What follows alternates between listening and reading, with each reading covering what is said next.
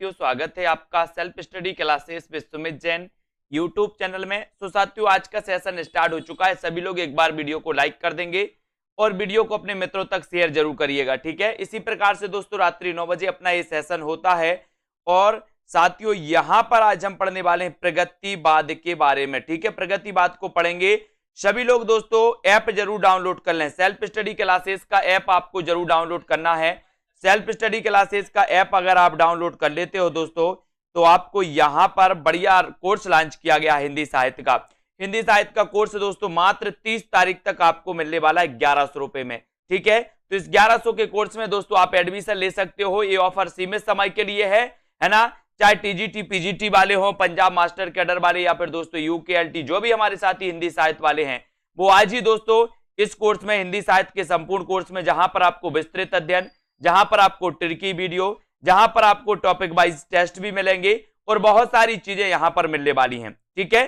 तो दोस्तों ये जरूर ऐप डाउनलोड करें। और आज हम स्टार्ट करेंगे प्रगतिवाद को। प्रगतिवाद को यहां पर पढ़ने वाले हैं। प्रगतिवाद का आधार आपको बताना है। प्रगतिवाद का आधार क्या है, जल्दी से कमेंट में आप लिख दीजिए। प्रगतिवाद का आधार क्या है, फटाक से कमेंट में आपको बताना है क्या माना जाता है प्रगतिवाद का आधार। लिखिए जल्दी से। 4 विकल्प आपके सामने होंगे दोस्तों। पहला विकल्प होगा रहस्यवाद, दूसरा हालावाद, तीसरा होगा दोस्तों प्रकृतिवाद, है ना, और चौथा होगा द्वंद्वात्मक भौतिकवाद। प्रगतिवाद का आधार आपको बताना है। कमेंट में आपका उत्तर जल्दी से आ जाना चाहिए। क्या हो जाएगा स्तुति जी, बताइए क्या है आंसर। गुरुचरण जी, ज्योति जी, प्रगतिवाद का आधार क्या होता है। और प्रगतिवाद का जो आधार होता है वो होता है द्वंद्वात्मक भौतिकवाद।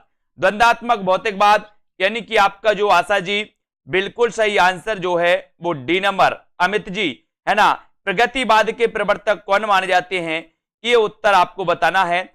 और आपको राइट आंसर दोस्तों बताइए, प्रगतिवाद के प्रवर्तक कौन माने जाते हैं, इसका उत्तर आपको चयन करना। आपको इतनी चीज तो पता है दोस्तों कि जो प्रगतिवाद है ये द्वंद्वात्मक भौतिकवाद पर आधारित है। द्वंद्वात्मक भौतिकवाद प्रगतिवाद का आधार है, ये तो सभी लोगों को पता है ना। और प्रगतिवाद एक राजनैतिक एवं सामाजिक शब्द है। मार्क्सवादी विचारधारा का साहित्य में प्रगतिवाद के रूप में उदय हुआ। यानी कि जो राजनीति के क्षेत्र में दोस्तों मार्क्सवाद है, वही साहित्य के क्षेत्र में क्या है, प्रगतिवाद है। प्रगतिवाद, इतनी चीजें तो सभी लोग जानते हैं, है ना। अब दोस्तों आगे के क्वेश्चनों की ओर बढ़ेंगे। अगला प्रश्न हमें यहां पर देखेंगे, है ना। जल्दी से बताओ, आपको चयन करना है कि प्रगतिवाद के प्रवर्तक कौन माने जाते हैं। कमेंट में आपको लिखना है और क्वेश्चन ये बताना है दोस्तों कि किस रचना के द्वारा दोस्तों छायावाद का अंत हुआ। किस रचना में दोस्तों छायावाद के अंत की घोषणा की गई और ये घोषणा किसने की। कमेंट में बताइए सभी लोग, किसने की ये घोषणा, छायावाद के अंत की घोषणा किसने की थी और वो रचना कौन सी थी जिसके माध्यम से ये घोषणा की गई थी। और आपको पता है, बोले सर एक युगांत रचना है। कौन सी है, युगांत। युगांत रचना है। युगांत रचना दोस्तों ये किसकी मानी जाती है, पंत की मानी जाती है, ठीक है। युगांत, युगांत के माध्यम से पंत ने क्या किया, छायावाद के अंत की घोषणा की। और दोस्तों जब छायावाद का अंत हो जाता है तो यहीं से प्रगतिवाद प्रारंभ हो जाता है। इसलिए दोस्तों आपको पता है कि पंत को प्रगतिवाद का प्रवर्तक माना जाता है। पंत को प्रगतिवाद का प्रवर्तक माना जाता है, ये भी आपको पता होगा, ठीक है। अब दोस्तों राममूरत जी, छायावाद और उत्तर छायावाद के बीच कुछ वैसा ही संबंध देखता है जैसा मध्यकाल में भक्ति काल और रीति काव्य के बीच था। पंक्तियों के लेखक कौन है, पंक्तियों को लेखक आपको बताना है। और यहां पर आपका जो बिल्कुल सही आंसर हो जाएगा वो हो जाएगा क्या, डॉक्टर रामस्वरूप चतुर्वेदी, है ना। सी नंबर आपका बिल्कुल सही है। रामस्वरूप चतुर्वेदी ने कहा कि छायावाद और उत्तर छायावाद के बीच वैसा ही संबंध दिखता है जैसा मध्यकाल में भक्ति काल और रीति काव्य के बीच था, ठीक है। एक किसने कहा, एक कथन किसका है, एक कथन है रामस्वरूप चतुर्वेदी का। रामस्वरूप चतुर्वेदी को याद रख लेंगे। उपर्युक्त पंक्तियों के जो लेखक हैं दोस्तों वो डॉक्टर रामस्वरूप चतुर्वेदी हैं, इनको याद रख लेना, है ना। हिंदी साहित्य एवं संवेदना का विकास। ये दोस्तों ये ग्रंथ लिखा था, किसने लिखा था? हिंदी साहित्य एवं संवेदना का विकास ग्रंथ के लेखक कौन माने जाते हैं? कौन माने जाते हैं हिंदी साहित्य एवं संवेदना का विकास ग्रंथ के लेखक? तो आपका उत्तर हो जाएगा डॉक्टर रामस्वरूप चतुर्वेदी। डॉक्टर रामस्वरूप चतुर्वेदी माने जाते हैं हिंदी साहित्य एवं संवेदना के विकास के लेखक। ठीक है, इसको याद रख लेंगे। अब अगला क्वेश्चन है, जमुन जल तुम काव्य के रचनाकार कौन माने जाते हैं? जमुन जल तुम काव्य के रचनाकार कौन है? भवानी प्रसाद मिश्र, धूमिल है, शिवमंगल से सुमन है, या फिर केदारनाथ अग्रवाल है? कमेंट में आपको लिखना है। यस, दूध जल्दी से आपको बताना है। जमुन जल तुम काव्य के रचनाकार कौन है? उत्तर चला जाता है केदारनाथ अग्रवाल, यानी कि आपका जो डी नंबर है वो बिल्कुल सही है ना। जमुन जल तुम काव्य के रचनाकार हैं केदारनाथ अग्रवाल। और दोस्तों जमुन जल तुम काव्य के रचनाकार केदारनाथ अग्रवाल हैं। और केदारनाथ अग्रवाल अपनी काव्य यात्रा के आरंभिक दौर में बालेंदु उपनाम से रचनाएं करते थे। अब यहां से क्वेश्चन बन जाता है दोस्तों, अगर आपसे पूछा जाएगा कि बालेंदु उपनाम से कौन रचना करता था या बालेंदु उपनाम किसका है, तो आप क्या बताओगे? केदारनाथ अग्रवाल का। बालेंदु उपनाम किसका है? किसका है? किसका है? उत्तर है दोस्तों बालेंदु। बालेंदु याद रखना। ठीक है, इनका दोस्तों बालेंदु उपनाम था केदारनाथ अग्रवाल का। इसको याद रखेंगे। युग की गंगा, नींद के बादल, फूल नहीं रंग बोलते हैं, इनको अपन को याद रख लेना है। फूल नहीं रंग बोलते हैं, आग का आईना, ये मेरी तुम, मार प्यार के थापे, कहें केदार खरी खरी इत्यादि। ये जो रचनाएं हैं ये रचनाएं किसकी हैं? ये रचनाएं हैं केदारनाथ अग्रवाल की, है ना। इनको याद रखेंगे। जिस तरह हम बोलते हैं उस तरह तू लिख, और उसके बाद भी हमसे बड़ा तू लिख। ये पंक्ति किसकी है? ये पंक्ति किसकी है? कमेंट में बता दीजिए जल्दी से, ये पंक्ति किसकी है? फटाफट से सभी लोग आंसर बताएंगे। और सही उत्तर क्या हो जाएगा? जल्दी से चयन करें कि जिस तरह हम बोलते हैं उस तरह तू लिख, और हमसे बड़ा तू लिख। ये जो पंक्ति है, जिस तरह हम बोलते हैं उस तरह तू लिख, और उसके बाद भी हमसे बड़ा तू लिख। ये पंक्ति है भवानी प्रसाद मिश्र की। किसकी है? भवानी प्रसाद मिश्र की। उत्तर चला जाता है विकल्प नंबर डी की तरफ। डी नंबर अपना जो उत्तर है वो बिल्कुल सही हो जाता है। उपर्युक्त पंक्तियों के रचनाकार कौन है? भवानी प्रसाद मिश्र हैं। भवानी प्रसाद मिश्र को सहजता का कवि कहा जाता है। इनके द्वारा रचित काव्य संग्रह है गीत फरोश, चकित है दुख, गांधी पंचसती, है ना, बुनी हुई रस्सी, खुशबू के शिलालेख, परिवर्तन जिए, त्रिकाल संध्या। इनकी रचनाएं मानी जाती हैं दोस्तों। इन्हें सहजता का कवि कहा जाता है। किसे कहा जाता है सहजता का कवि? भवानी प्रसाद मिश्र को, है ना। अगला क्वेश्चन है आपका, अगला है दोस्तों, इनमें से आपको चयन करना है कि इनमें से किस कवि को एक भारतीय आत्मा के उपनाम से जाना जाता है। किस कवि को एक भारतीय उपनाम के नाम से जाना जाता है, ये अपन को चयन करना है। तो बताइए, प्रश्न क्रमांक 5 का, किस कवि को एक भारतीय आत्मा के उपनाम से जाना जाता है? माखनलाल चतुर्वेदी, बालकर्ण शर्मा नवीन, मैत्री शरण गुप्त, या फिर श्रीधर पाठक। किस कवि को एक भारतीय आत्मा उपनाम से जाना जाता है? तो बोले सर, अगर भारतीय आत्मा उपनाम की बात करोगे तो वो जाना जाता है माखनलाल चतुर्वेदी को। एक भारतीय आत्मा, है ना, माखनलाल चतुर्वेदी को जाना जाता है दोस्तों। और एक नंबर आपका बिल्कुल सही है। माखनलाल चतुर्वेदी को एक भारतीय दोस्तों आत्मा के नाम से जाना जाता है। इनकी प्रसिद्ध कविता है कैदी और कोकिला। कैदी और कोकिला, है ना, पुष्पकी अभिलाषा, पुष्पकी अभिलाषा। जबकि मैत्री शरण गुप्त को राष्ट्रकवि के नाम से जाना जाता है। तो एक भारतीय आत्मा आपको याद रखना है ना। और कैदी और कोकिला, पुष्पकी अभिलाषा, ये माखनलाल चतुर्वेदी की श्रेष्ठ रचनाओं में इन्हें गिना जाता है। अब अगला क्वेश्चन आपको बताना है, स्तुति जी बताइए, अगला क्वेश्चन बताना है कि हिमक्रीटनी की रचयिता कौन है? हिमक्रीटनी के रचनाकार आपको चयन करना है, तब आपका राइट आंसर। अंश यादव जी, हिमक्रीटनी की रचयिता कौन है? माखनलाल चतुर्वेदी, भवानी प्रसाद मिश्र, मैत्री शरण गुप्त, या फिर नरेंद्र शर्मा। बताइए। हिमकिरीटनी के रचनाकार मैंने आपको कई बार बताया कि हिमकिरीटनी और हिमतरंगिणी ये दो रचनाएं बहुत ही प्रसिद्ध हैं दोस्तों। हिमतरंगिणी के लिए ये माखनलाल चतुर्वेदी की रचना है हिमतरंगिणी। हिमतरंगिणी की क्या क्या मिला था हिमतरंगिणी के लिए? हिमतरंगिणी के लिए मिला था साहित्य अकादमी पुरस्कार। सबसे पहले हिंदी में साहित्य अकादमी पुरस्कार जो मिला था वो मिला था दोस्तों किसे? हिमतरंगिणी रचना के लिए। और हिमतरंगिणी रचना के रचनाकार कौन है? माखनलाल चतुर्वेदी। ठीक है, अब दोस्तों हिमकिरीटनी की बात आती है तो हिमकिरीटनी की रचयिता भी कौन माने जाते हैं? माखनलाल चतुर्वेदी यानी कि आपका उत्तर चला जाता है एक की तरफ। हिमकिरीटनी की रचनाकार राष्ट्रीय काव्यधारा के प्रमुख कवि माखनलाल चतुर्वेदी हैं, अन्य नाम इसके असंगत हो जाएंगे। ठीक है, अगले क्वेश्चन की ओर हम बढ़ेंगे। रामधारी सिंह दिनकर के बारे में आपको बताना है कि रामधारी सिंह दिनकर की काव्य कृति कौन सी है? लोकायतन, कुरुक्षेत्र, आर्यावर्त या फिर उन्मुक्त। रामधारी सिंह दिनकर की काव्य कृति कौन सी है?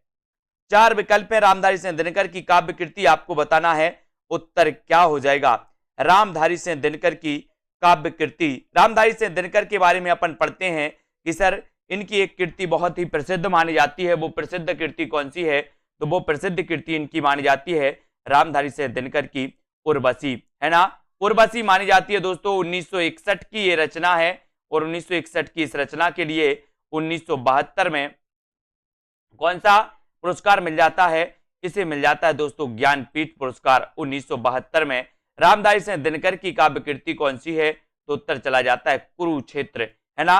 कुरुक्षेत्र, परशुराम की यात्रा, उर्वशी, है ना, रश्मि रथी, ये रचनाएं मानी जाती हैं दिनकर जी की। तो उत्तर कहां चला जाता है? विकल्प नंबर बी की तरफ। कुरुक्षेत्र रामधारी सिंह दिनकर की काव्य कृति है। रामधारी सिंह दिनकर राष्ट्रीय सांस्कृतिक धारा के कवि है। इनको समय सूर अथवा अधेर का कवि कहा जाता है। दिनकर को उर्वशी महाकाव्य के लिए 1972 ईस्वी में भारतीय ज्ञानपीठ पुरस्कार प्रदान किया गया, है ना। और इनके द्वारा रचित प्रमुख कृतियां इस प्रकार से दोस्तों रेणुका, होंकार, रसबंती, द्वंद्व गीत, रश्मि रथी, दिल्ली और नीम के पत्ते, ये रचनाएं मानी जाती हैं। जबकि लोकायतन पंत जी का महाकाव्य है ना। आर्यावर्त मोहनलाल महतो योगी की तथा उन्मुक्त सियाराम शरण गुप्त की रचनाएं हैं। प्रगतिवाद के संदर्भ में इनमें से एक कथन सही नहीं है। वह कथन कौन सा है? वो कथन आपको चयन करना है। कौन सा कथन प्रगतिवाद के संबंध में सही नहीं है? चयन करिए। ये 4 विकल्प हैं, कथन भी आपके पास है, इस कथन का आपको चयन करना है।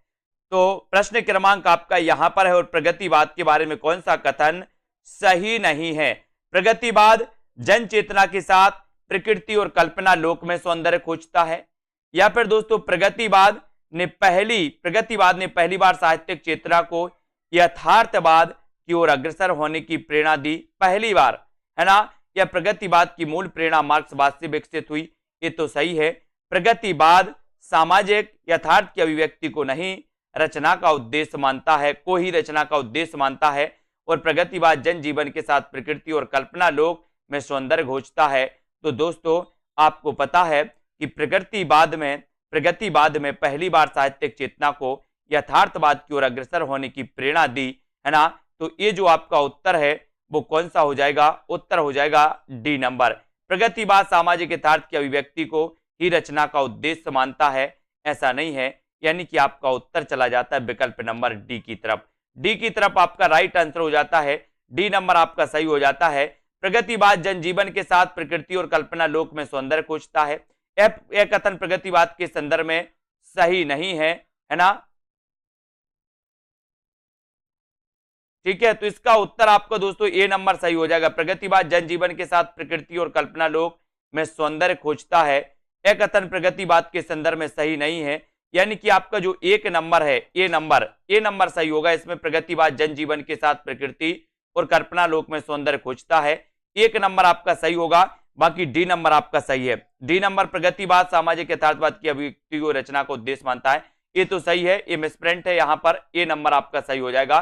ठीक है, प्रगतिवाद ने पहली बार साहित्यिक चेतना को यथार्थ की ओर अग्रसर होने की प्रेरणा दी, इसको अच्छे से देख लेना। प्रगतिवाद की मूल प्रेरणा मार्क्सवाद से विकसित हुई, ये भी बिल्कुल सही है। ठीक है, प्रगतिवाद सामाजिक यथार्थ की अभिव्यक्ति को ही रचना का उद्देश्य मानता है, ये भी बिल्कुल सही है। प्रगतिवाद शब्द का सर्वप्रथम प्रयोग 1942 ईस्वी में मुक्तिबोध ने अपने एक लेख प्रगतिवाद एक दृष्टि आगामी कल में किया था दोस्तों। तो ये भी आपको याद रख लेना, प्रगतिवाद का सर्वप्रथम प्रयोग किसने किया था? तो ये किया था मुक्तिबोध ने किया था। और दोस्तों इसको याद रखेंगे, प्रगतिवाद एक दृष्टि आगामी कल में किया था इन्होंने, इसको याद रखेंगे। हिंदी काव्य मासलवाद के प्रवर्तक माने जाते हैं, तो कौन माने जाते? मासलवाद कई बार पूछा गया, बताइए मासलवाद के जो प्रवर्तक माने जाते हैं वो कौन माने जाते हैं? मासलवाद के प्रवर्तक बताइए कौन माने जाते हैं? हिंदी काव्य में मासलवाद के प्रवर्तक माने जाते हैं तो कौन माने जाते हैं? ये तो अपन ने कई बार पढ़ा है कि सर हालाबाद अगर पूछो तो हरिवंश राय बच्चन, मासलवाद अगर पूछो तो रामेश्वर शुक्ल अंचल।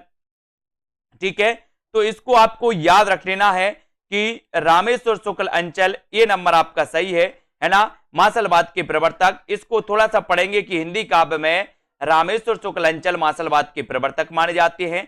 ये छायावाद युग के उत्तरार्ध के कवि हैं, है ना। उनकी भाषा में नए विशेषण तथा नए उपमान प्रयुक्त हुए और इनके द्वारा रचित रचनाएं हैं मधुलिका, अपराजिता, किरण बेला, बरसांत के बाद, विराम चिन्ह आदि। वह हृदय नहीं है पत्थर है जिसमें स्वदेश का प्यार नहीं। ये प्रसिद्ध काव्य पंक्तियां निम्न में से किस कवि की हैं? कवि का नाम आपको बताना है, विकल्प में मैं आपको दे रहा हूं। वह हृदय नहीं है पत्थर है जिसमें स्वदेश का प्यार नहीं। यहां पर आपका विकल्प आ जाएगा, इस विकल्प का आंसर आपको बताना है, यहां पर आ जाइए, ये विकल्प है आपके, है ना। तो ये पंक्तियां बताना है, ये पंक्तियां किसकी हैं? तो आप पहले ही समझ गए दोस्तों, यहां पर ये जो पंक्तियां हैं वो ज्ञा प्रसाद शुक्ल स्नेही की हैं, है ना, द्वारा रचित हैं दोस्तों। ये वह हृदय नहीं है पत्थर है जिसमें स्वदेश की प्रति प्रेम नहीं, है ना। तो बताइए अब प्रगतिशील लेखक संघ किस स्तर की संस्था है? प्रगतिशील लेखक संघ किस स्तर की संस्था मानी जाती है? अंजू जी, कविता जी। प्रश्न क्रमांक 11, राष्ट्रीय स्तर की, अंतरराष्ट्रीय स्तर की, राज्य स्तरीय या फिर हिंदी भाषी प्रांतीय? तो प्रगतिशील लेखक संघ आपको बता है कि दोस्तों ये प्रगतिशील लेखक संघ किस स्तर की संस्था है? तो ये है अंतरराष्ट्रीय स्तर की ये संस्था है। और बी नंबर आपका सही है ना। प्रगतिशील लेखक संघ अंतरराष्ट्रीय स्तर की संस्था है। इसकी स्थापना 1935 में सज्जाद जहीर ने लंदन में की थी, 1935 में। भारत में 1936 ईस्वी में प्रगतिशील लेखक संघ की स्थापना हुई थी, है ना, लखनऊ में। और इसका प्रथम अधिवेशन भी कहां पर हुआ था? लखनऊ में, है ना। और दोस्तों इसके प्रथम अध्यक्ष भी कौन थे? तो मुंशी प्रेमचंद। अगर आपसे पूछा जाए कि प्रगतिशील लेखक संघ के जो दोस्तों प्रथम अध्यक्ष थे वो कौन थे? तो वो थे मुंशी प्रेमचंद। इनको याद रखेंगे। 1936 प्रगतिवाद के जन्म में किसका योगदान है? किसका योगदान है बताइए, किसका योगदान है? छायावादी, रोमानियत एवं पलायनवादी प्रवृत्ति का, प्रगतिशील लेखक संघ की स्थापना का, मार्क्सवादी प्रभाव या उपर्युक्त में से सभी? प्रगतिवाद के जन्म में किसका योगदान है? किसका योगदान है दोस्तों प्रगतिवाद के जन्म में?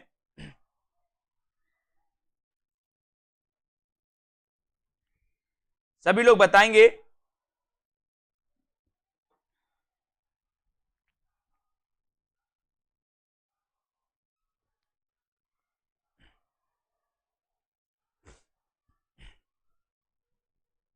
और राइट आंसर चला जाता है कि प्रगतिवाद के जन्म में किसका योगदान है?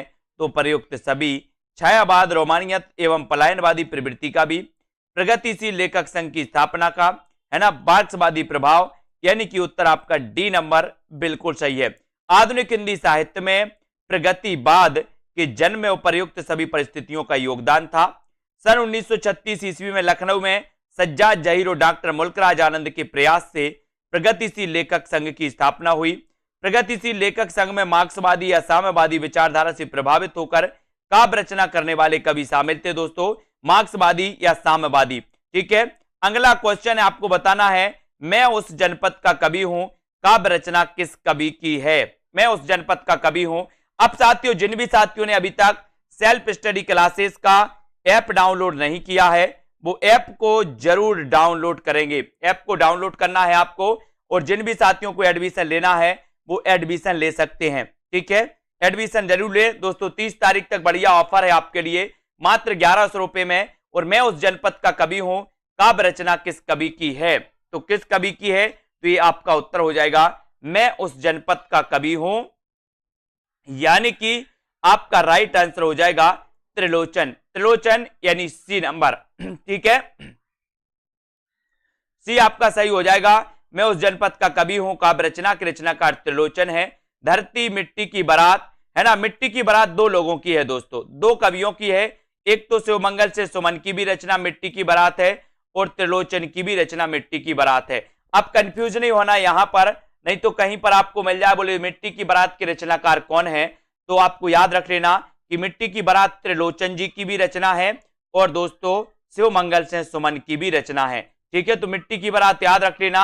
नागार्जुन की प्रमुख रचनाओं में युगधारा, है ना, सतरंगी पंखों वाली, भस्मांकुर, तुमने कहा था, प्यासी पथराई आंखें, केदारनाथ अग्रवाल की रचनाएं हैं। ये अपूर्वा, युग की गंगा, नींद के बादल और आग का आईना, ये केदारनाथ अग्रवाल की हैं, है ना। बाकी नागार्जुन की युगधारा याद करना, सतरंगी पंखों वाली, भस्मांकुर, तुमने कहा था, और प्यासी पथराई आंखें, ठीक है। त्रिलोचन का वास्तविक नाम आपको बताना है, क्वेश्चन कई बार आया है। 14 का आंसर बताइए, त्रिलोचन का वास्तविक नाम क्या है?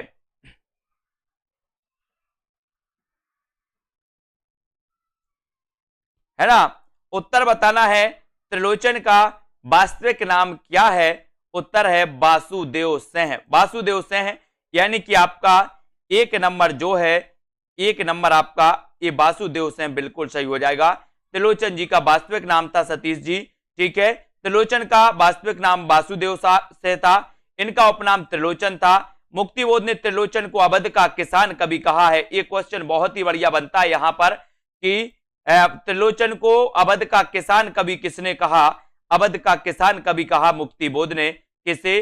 त्रिलोचन को। या अवध का किसान कवि किसे कहा जाता है? तो आप लगा देना त्रिलोचन, है ना, जिनका की वास्तविक नाम था वासुदेव। और इनके द्वारा रचित काव्य ग्रंथ धरती, गुलाब और बुलबुल, दिगंत, ताप के ताए हुए दिन, ताप के ताए हुए दिन, त्रिलोचन, है ना, शब्द, उस जनपद का कवि हूं, अर्घान, है ना, अर्धान दोस्तों, और तुम्हें सौंपता हूं, फूल नाम है एक, अन कहनी भी कुछ कहनी है, अन कहनी भी कुछ कहनी है। ये दोस्तों त्रिलोचन की रचनाएं मानी जाती हैं, जिन्हें की अवध का कवि कहा जाता है। अमिता जी, अवध का कवि कहा जाता है इन्हें। अगला क्वेश्चन यहां पर आते हैं। अगला क्वेश्चन है, कौन सा सुमेलित नहीं है? यहां पर सुमेलित नहीं है बताना है, तो सुमेलित करिए। मुक्ति मार्ग के रचनाकार कौन है? पिघलते पत्थर, अजय खंडहर और प्रलय सृजन के रचनाकार कौन है? तो बताइए कौन सी सुमेलित नहीं है?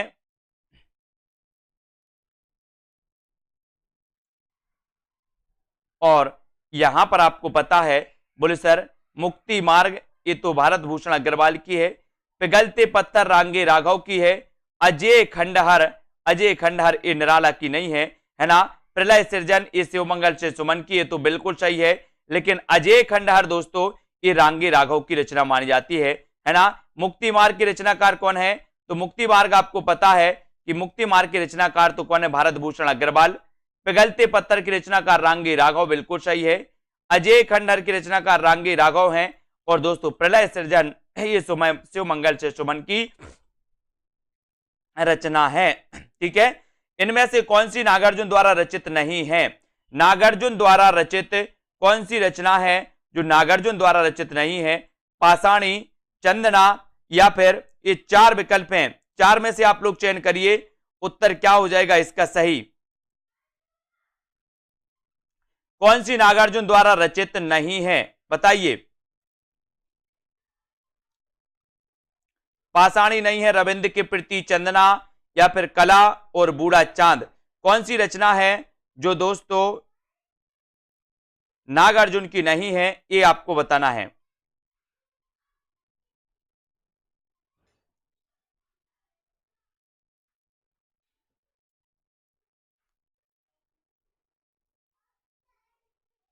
और आपका बिल्कुल सही आंसर है, बोले सर कला और बूढ़ा चांद। कला और बूढ़ा चांद के रचनाकार पंत जी हैं, सुमित्रानंदन पंत जी, जिन्हें 1960 में साहित्य अकादमी पुरस्कार भी मिला था, है ना।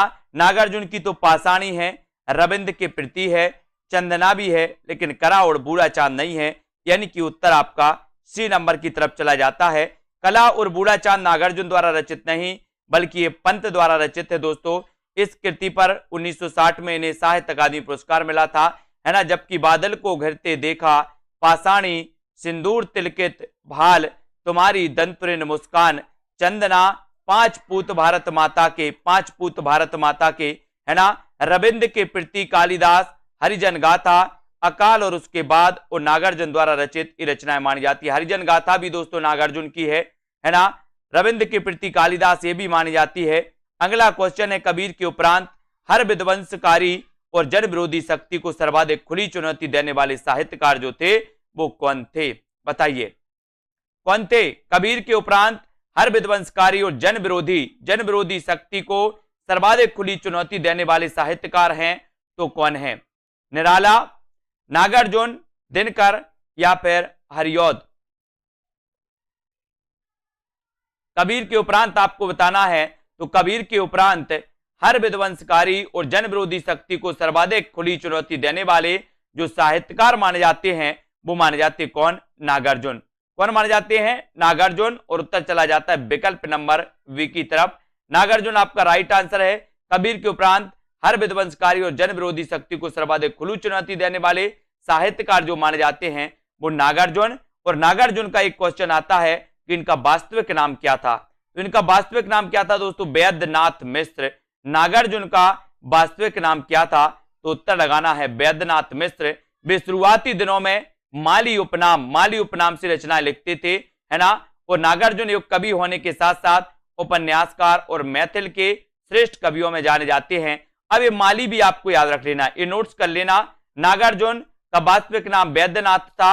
और दोस्तों कभी अगर माली उपनाम इनका पूछ लिया जाए तो इनका एक उपनाम माली भी है और इन्हें नागार्जुन भी कहा जाता है। तो नागार्जुन, माली और वैद्यनाथ मिश्र, है ना, वे शुरुआती दिनों में माली नाम से लिखते थे दोस्तों, ये भी आपको याद रख लेना। ठीक है, कौन? नागार्जुन। अगला क्वेश्चन है आपका, द्वंद्वात्मक भौतिक विकासवाद किस काव्यधारा का आधार है?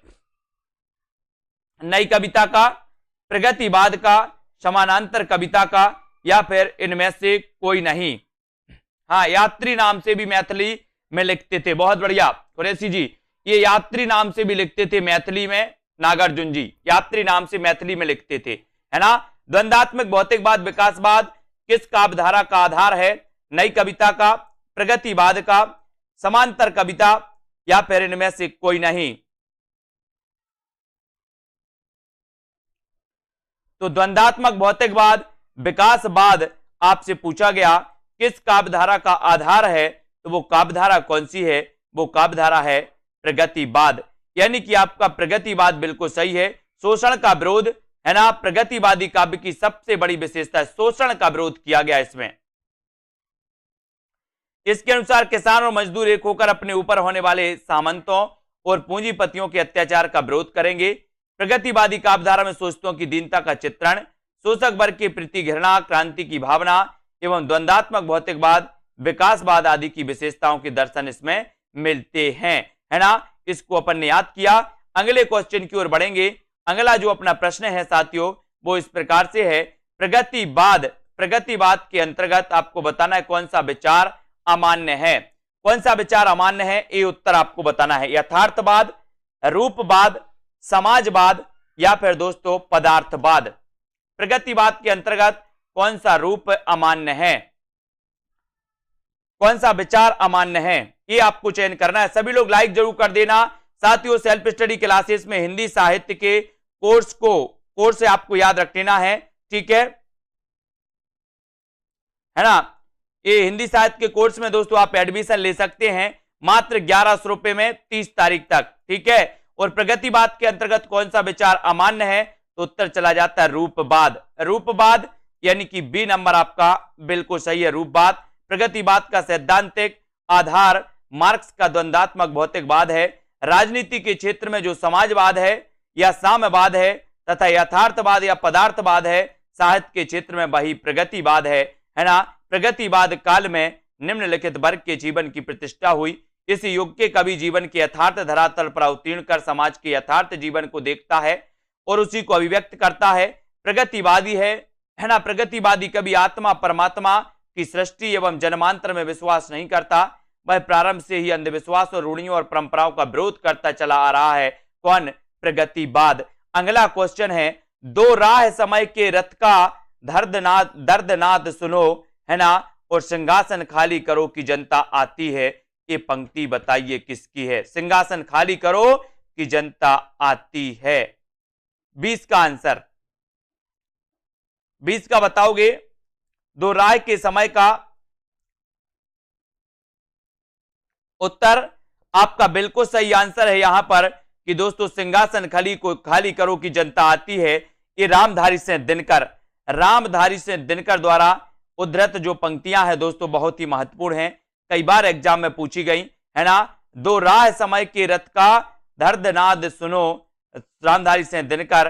तुमको पीड़ा में ढूंढा, तुमको ढूंढेगी पीड़ा। बहुत बढ़िया। तुमको पीड़ा में ढूंढा, तुमको पीड़ा में ढूंढा, तुमको ढूंढेगी पीड़ा। महादेवी वर्मा की पंक्ति, है ना। चित्रमय किरणा अधूरी सकी वो मुझसे कहकर जाते। ये मैथिली शरण गुप्त की मानी जाती है ना। दिनकर की काव्य रचना नहीं है तो कौन सी नहीं है? ओंकार, कुरुक्षेत्र, उर्वशी या फिर त्रिधारा। दिनकर की काव्य रचना कौन सी नहीं है? प्रश्न क्रमांक 21 का आंसर आपको बताना है।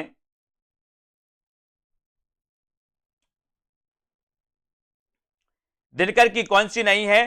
तो अपन ने पढ़ा है कि सर ओंकार तो दिनकर की है, कुरुक्षेत्र भी दिनकर की है, उर्वशी के रचनाकार भी दिनकर हैं, लेकिन ये त्रिधारा तो ये बोले सर सुभद्रा कुमारी चौहान की है। त्रिधारा किसकी है? सुभद्रा कुमारी चौहान की। ओंकार, रश्मि, कुरुक्षेत्र, है ना, ये दिनकर की मानी जाती हैं। और दोस्तों दिनकर की अन्य रचनाओं में कुरुक्षेत्र, परशुराम की प्रतीक्षा, उर्वशी, रश्मिरति, नील कुसुम, रेणुका, ओंकार आदि ये दिनकर की गद्य रचनाएं हैं। संस्कृति के 4 अध्याय, शुद्ध कविता की खोज, है ना, दिनकर की ये डायरी है। अधेर का कवि किसे कहा जाता है? उत्तर चयन करिए। बढ़िया प्रश्न है, लाइक सभी लोग जरूर कर दें। और साथियों जिन भी साथियों ने ऐप को डाउनलोड नहीं किया सेल्फ स्टडी क्लासेस का, उस ऐप को जरूर डाउनलोड करें। जिन भी साथियों को कोर्स लेना है अभी तक आप कोर्स ले सकते हैं पंजाब मास्टर कैडर के लिए, UKLT, TGT, PGT, junior, super TET exam के लिए, है ना। अधेर का कवि किससे कहा जाता है? अधेर का कवि कहा जाता है दिनकर को, दिनकर को कहा जाता है। और 1 नंबर आपका दिनकर बिल्कुल सही हो जाता है। राष्ट्रीय सांस्कृतिक काव्यधारा के सबसे सशक्त कवि रामधारी सिंह दिनकर को अधेर का कवि कहा जाता है। दिनकर जी का जन्म सिमरिया जिले मुंगेर बिहार में हुआ था। आप बिहार सरकार के अधीन सब रजिस्ट्रार, राज्यसभा के सदस्य, भागलपुर विश्वविद्यालय के उपकुलपति जो दोस्तों आप रह चुके हैं, इनके बारे में अपन को याद रखना है। अगले प्रश्न की ओर हम चर्चा करेंगे कि प्रगतिवाद में किस विचारधारा का उदय माना जाता है? बताइए। सरल क्वेश्चन और बढ़िया क्वेश्चन है दोस्तों। प्रगतिवाद में किस विचारधारा का उदय माना जाता है? बिल्कुल, इन्हें अनल का कवि भी कहा जाता है, अधेर का कवि भी कहा जाता है। रामधारी सिंह दिनकर को, है ना, आग और राख का कवि भी कहा जाता है। और प्रगतिवाद में किस विचारधारा का उदय माना जाता है? मार्क्सवाद का, प्रयोगवाद का, छायावाद का या फिर जनवाद? प्रगतिवाद में किस विचारधारा का उदय माना जाता है? तो अपन ने कई बार पढ़ा है कि सर प्रगतिवाद में मार्क्सवाद का उदय माना जाता है। और उत्तर चला जाता है विकल्प नंबर 1 की तरफ। ये नंबर आपका सही है। प्रगतिवाद में मार्क्सवाद विचारधारा का उदय माना जाता है। इस समाज को शोषक व शोषित वर्ग 2 वर्गों में बांटता है। हिंदी साहित्य में प्रगतिवाद सन 1936 ईस्वी से 1943 ईस्वी तक माना जाता है दोस्तों। और 1936 में लखनऊ में मुंशी प्रेमचंद की अध्यक्षता में पहला सम्मेलन नागार्जुन, केदारनाथ अग्रवाल, रामविलास शर्मा, नामवर सिंह आदि इस वाद के प्रमुख साहित्यकार भी रहे हैं प्रगतिवाद के, है ना। अगला क्वेश्चन है कि हिंदी साहित्य में प्रगतिवाद का उदय कब से माना जाता है? बताइए। 4 विकल्प हैं। हिंदी साहित्य में प्रगतिवाद का उदय आपको बताना है, तब आपका राइट आंसर क्या होगा? हिंदी साहित्य में प्रगतिवाद का उदय आपको चयन करना है कि प्रगतिवाद का उदय कब से माना जाता है। और यहां पर अपन ने ऊपर ही पढ़ा है कि सर प्रगतिवाद की बात करते हो तो 1936 से लेकर के 1943 का जो काल था वो क्या था, प्रगतिवाद का काल था। और उत्तर आपका बी नंबर बिल्कुल सही है, प्रगतिवाद में। ठीक है, हिंदी साहित्य में प्रगतिवाद का उदय 1936 ईस्वी से माना जा सकता है। और सन 1936 ईस्वी में लखनऊ में प्रेमचंद की अध्यक्षता में प्रगतिशील लेखक संघ का एक सम्मेलन हुआ। इसी सम्मेलन से प्रगतिशील साहित्य का प्रारंभ स्वीकार किया गया और धूमेल, नागार्जुन, त्रिलोचन, केदारनाथ अग्रवाल, मुक्तिबोध, सर्वेश्वर दयाल सक्सेना, रघुवीर सहाय इत्यादि प्रमुख प्रगतिशील लेखक भी माने जाते हैं, है ना। अगला क्वेश्चन है दोस्तों कि लखनऊ में आयोजित प्रगतिशील लेखक संघ के प्रथम अधिवेशन के अध्यक्ष कौन थे, बताइए। लखनऊ में आयोजित प्रगतिशील लेखक संघ के जो प्रथम अध्यक्ष थे वो कौन थे, बताइए, कमेंट लिखिए इसका। और यहां पर आपका बिल्कुल सही आंसर है कि सर 1936 में जो लखनऊ में प्रथम प्रगतिशील सम्मेलन हुआ था उसके अध्यक्ष थे कौन, प्रेमचंद। कौन थे, प्रेमचंद। सन 1935 ईस्वी में एम फास्टर के सभापतित्व में प्रोग्रेसिव राइटर्स एसोसिएशन नामक अंतरराष्ट्रीय संस्था का प्रथम अधिवेशन पेरिस में हुआ। इसके पश्चात सन 1936 में सज्जाद जहीर और डॉक्टर मुल्कराज आनंद के प्रयत्नों से भारत में मुंशी प्रेमचंद की अध्यक्षता में प्रगतिशील लेखक संघ का प्रथम अधिवेशन भी हुआ। इसको आपको याद रख लेना।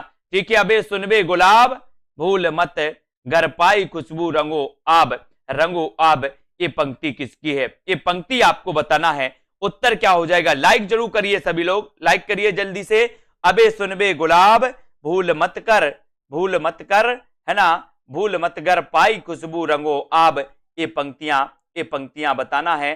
संबंध है तो किससे है, प्रगतिवाद से है, प्रयोगवाद से है, या फिर दोस्तों समानांतर कविता से। तो ये भूल मत घर पाई खुशबू रंगो आब, ये प्रगतिवाद से है। और उत्तर एक नंबर आपका बिल्कुल सही है, ये नंबर आपका सही है। ठीक है, टीजीटी पीजीटी के लिए दोस्तों जल्द ही 125 प्रश्नों के मॉडल टेस्ट पेपर लॉन्च हो रहे हैं। जिन भी साथियों को दोस्तों मॉडल टेस्ट पेपर में एडमिशन लेना है वो ले सकते हैं, जल्द ही लॉन्च होंगे। 125 में से आप प्रगतिवादी कवि हैं, तो प्रगतिवादी कवि कौन है आपको कमेंट में लिखना है, जल्दी से लिखिए। प्रगतिवादी कवि कौन माने जाते हैं, जयशंकर प्रसाद, मुक्तिबोध, केदारनाथ अग्रवाल या फिर हरिवंश राय बच्चन। ये आपके दोस्तों 27वां प्रश्न है, कल अपन ने यहां तक पढ़ लिया था। अब आपको चयन करना है, उत्तर आपको बताना है कि कौन प्रगतिवादी कवि हैं। लिखिए सभी लोग, 4 विकल्प हमारे सामने मौजूद हैं, 4 में से आपको आंसर का चयन करना है, प्रगतिवादी कवि बताना है। और यहां पर आपका राइट आंसर जो हो जाएगा दोस्तों वो हो जाएगा क्या, केदारनाथ अग्रवाल। केदारनाथ अग्रवाल के दोस्तों इनके बारे में पढ़ा होगा आपने कि केदारनाथ अग्रवाल जो हैं ये प्रगतिवादी कवि माने जाते हैं। दोस्तों इसके पहले हमने प्रगतिवाद के बारे में पढ़ा कि प्रगतिवाद मार्क्सवाद से प्रभावित माना जाता है ना। और प्रगतिवादी दोस्तों आपने आलोचक पढ़े होंगे एक रामविलास शर्मा, है ना। और प्रगतिवाद में दोस्तों अपन ने देखा कि प्रगतिवाद के जो प्रवर्तक माने जाते हैं वो कौन माने जाते हैं, सुमित्रानंदन पंत। प्रगतिवाद के प्रवर्तक कौन माने जाते हैं, अगर एक क्वेश्चन आपसे पूछा जाए कभी कि प्रगतिवाद के प्रवर्तक कौन माने जाते हैं तो आपको लगाना सुमित्रानंदन पंत।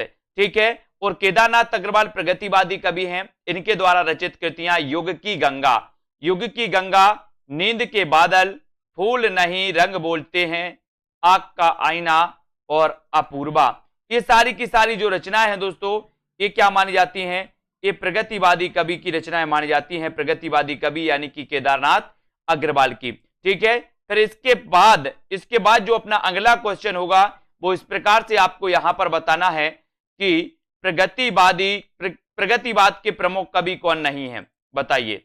नहीं है बताना है, 4 विकल्प अब नहीं है, चयन करना है आपको 28 का आंसर चयन करिए। प्रगतिवादी कवि कौन नहीं है, चयन करें। प्रश्न क्रमांक 28, नागार्जुन, दिनकर, मुक्तिबोध या फिर अज्ञेय। तो फटाक से देखते हैं सबसे पहले आंसर किसका आता है, कौन सबसे पहले आंसर बताता है। प्रगतिवादी कवि कौन नहीं है, इसका आंसर आपको बताना है। तो आपने पढ़ा है कि नागार्जुन तो हैं, इनका वास्तविक नाम क्या था, इनका वास्तविक नाम था वैद्यनाथ नागार्जुन का, है ना। ये तो प्रगतिवादी माने जाते हैं, दिनकर भी हैं, है ना। और कौन नहीं है दोस्तों, अज्ञेय, प्रोफेसर अज्ञेय, ये प्रगतिवादी कवि हैं। तब प्रगतिवाद के प्रमुख कवि नहीं है, तो प्रमुख कवि कौन नहीं है? प्रमुख कवि नहीं है, सी नंबर, है ना। अज्ञेय प्रमुखता प्रयोगवादी एवं नई कविता के कवि हैं, ना कि प्रगतिवाद के। नागार्जुन, दिनकर एवं मुक्तिबोध दोस्तों ये माने जाते हैं अपने काय के प्रगतिवाद के। ठीक है, 29 का आंसर आपको चयन करना है, चयन करिए। 29 का आंसर आप चयन करेंगे। पुष्प की अभिलाषा नामक प्रसिद्ध कविता किसने लिखी? बढ़िया क्वेश्चन है, सरल क्वेश्चन है, आसान क्वेश्चन है, सभी से आना चाहिए। बताइए, तो पुष्प की अभिलाषा नामक प्रसिद्ध कविता किसने लिखी? 29 का ये उत्तर आपको चयन करना है। किसने लिखी पुष्प की अभिलाषा? करिए चयन, और यहां पर आपका बिल्कुल सही आंसर हो जाएगा। बात पुष्प की अभिलाषा की हुई है, तो पुष्प की अभिलाषा नामक प्रसिद्ध जो कविता है, ये कविता किसने लिखी? तो ये लिखी है किसने? माखनलाल चतुर्वेदी ने। माखनलाल चतुर्वेदी, यानी कि आपका उत्तर चला जाता है विकल्प नंबर 1 की तरफ। ये नंबर आपका बिल्कुल सही हो जाता है। ठीक है, माखनलाल चतुर्वेदी ने ये दोस्तों लिखी है, इसको याद रख लेना। माखनलाल चतुर्वेदी द्वारा लिखित ये पुष्प की अभिलाषा कविता सभी लोगों को लगभग पता है। हिंदी के आधुनिक काल के द्विवेदी युगीन कवि माखनलाल चतुर्वेदी राष्ट्रीय काव्यधारा के कवि हैं और एक भारतीय आत्मा उपनाम से प्रसिद्ध हैं। अगर कभी आपसे पूछा जाए कि एक भारतीय आत्मा उपनाम से प्रसिद्ध जो हैं वो कौन है, तो आप क्या लगाओगे? माखनलाल चतुर्वेदी। ठीक है, पुष्प की अभिलाषा वीर रस से पूर्ण राष्ट्रीय कविता लिखी, है ना। हिम किरीटनी इनकी रचना है, हिम तरंगणी, माता तथा समर्पण आदि माखनलाल चतुर्वेदी के काव्य संग्रह माने जाते हैं। कुमकुम, रश्मि रेखा, अपलक, क्वासी, हम बिस्पाई जन्म के, विनोबा स्तबंध तथा उर्मिला, ये बालकृष्ण शर्मा नवीन की रचनाएं मानी जाती हैं। ठीक है, और आपको पता है मिलन, पथिक, मानसी, स्वप्न, कविता कौमुदी आदि ये रामनरेश त्रिपाठी की रचनाएं हैं। ठीक है, गंगा अवतरण, उद्धव शतक, हरिश्चंद्र, है ना, हिंडोला, श्रृंगार लहरी, कल काशी, उद्धव शतक, ये सारी की सारी रचनाएं किसकी हैं दोस्तों? ये मानी जाती जगन्नाथ दास रत्नाकर की। ठीक है, ये सारी रचनाएं आपको पढ़ना है। अब आपको बताना मौर्य विजय किसकी रचना है? मौर्य विजय की रचनाकार कौन है? ये क्वेश्चन तो कई बार आया है, चयन करना है आपको। मौर्य विजय किसकी रचना है? मैथिली शरण गुप्त की, सियाराम शरण गुप्त की, या फिर श्याम नारायण पांडे, या इनमें से कोई नहीं। मौर्य विजय के रचनाकार कौन है? प्रश्न क्रमांक 30। और यहां पर मौर्य विजय की बात हो रही है, मौर्य विजय किसकी रचना है? उत्तर चला जाता है सियाराम शरण गुप्त। सियाराम शरण गुप्त, यानी कि आपका बी नंबर बिल्कुल सही है। मौर्य विजय के रचनाकार कौन है? सियाराम शरण गुप्त हैं। बी आपका बिल्कुल सही आंसर। ठीक है, मौर्य विजय के बारे में, मौर्य विजय सियाराम शरण गुप्त की कृति है और इनकी अन्य रचनाओं में पाथे इनकी रचना है, गोद और नारी, अंतिम आकांक्षा, गोपिका, बापू, अनाथ, आद्रा और विषाद, है ना, ये रचना इनकी मानी जाती है दोस्तों। किसकी? सियाराम शरण गुप्त की। और मौर्य विजय एक कई बार एग्जाम में पूछी गई। ठीक है, तो आपका उत्तर बी की तरफ चला जाता है। प्रगतिशील लेखक संघ की स्थापना कब की गई? बताइए, प्रगतिशील लेखक संघ की स्थापना, प्रगतिशील लेखक संघ आपको पता है दोस्तों कि अगर लंदन की बात करते हैं तो लंदन में ये 1935 में स्थापित हुआ था, है ना। सज्जाद आदि ऐसे बहुत सारे विद्वान थे जिन्होंने दोस्तों इस प्रगतिशील लेखक संघ की स्थापना में दोस्तों योगदान दिया था। लेकिन अगर बात करें भारत में, तो भारत में प्रगतिशील लेखक संघ की स्थापना हुई थी 1936 में, और ये प्रथम अधिवेशन हुआ था दोस्तों कब? प्रथम अधिवेशन हुआ था लखनऊ में, है ना। अगर बात करें सन 1935 ईस्वी में E.M. फास्टर के सभापतित्व में पेरिस में प्रोग्रेसिव राइटर्स एसोसिएशन नामक अंतरराष्ट्रीय संस्था का प्रथम अधिवेशन हुआ। और दोस्तों, है ना, 1936 में सज्जाद जहीर और मुल्कराज आनंद के प्रयत्नों से भारत में भी इस संस्था की शाखा खुली। ये भी आपको याद रख लेना। ठीक है, इनको आपको याद रख लेना। और दोस्तों, प्रथम अधिवेशन के अध्यक्ष कौन थे? तो प्रथम अधिवेशन के अध्यक्ष कौन थे? लखनऊ में हुआ था और इसके अध्यक्ष थे प्रेमचंद। कौन माने जाते हैं? प्रेमचंद। इसको याद रख लेना। ठीक है, अगला क्वेश्चन है, नागार्जुन किस वर्ग के कवि हैं? किस वर्ग के कवि हैं? छायावादी हैं, प्रगतिवादी हैं, प्रयोगवादी हैं, या फिर द्विवेदी युगीन हैं? नागार्जुन किस वर्ग के कवि हैं? ये आंसर आपको चयन करना है। ये चयन करिए, छायावादी, प्रगतिवादी, है ना, द्विवेदी युगीन या फिर प्रयोगवादी। नागार्जुन किस वर्ग के कवि माने जाते हैं? प्रश्न क्रमांक 32 में, और 32 में नागार्जुन की बात हुई है तो नागार्जुन तो आपको पता ही है कि सर ये नागार्जुन जो है इनका वास्तविक नाम क्या था? वैद्यनाथ। क्या था? वैद्यनाथ। और ये प्रगतिवादी कवि माने जाते हैं। ठीक है, तो उत्तर कहां चला जाता है? विकल्प नंबर वी की तरफ। वी नंबर आपका बिल्कुल सही हो जाता है। अगले क्वेश्चन की ओर बढ़ेंगे।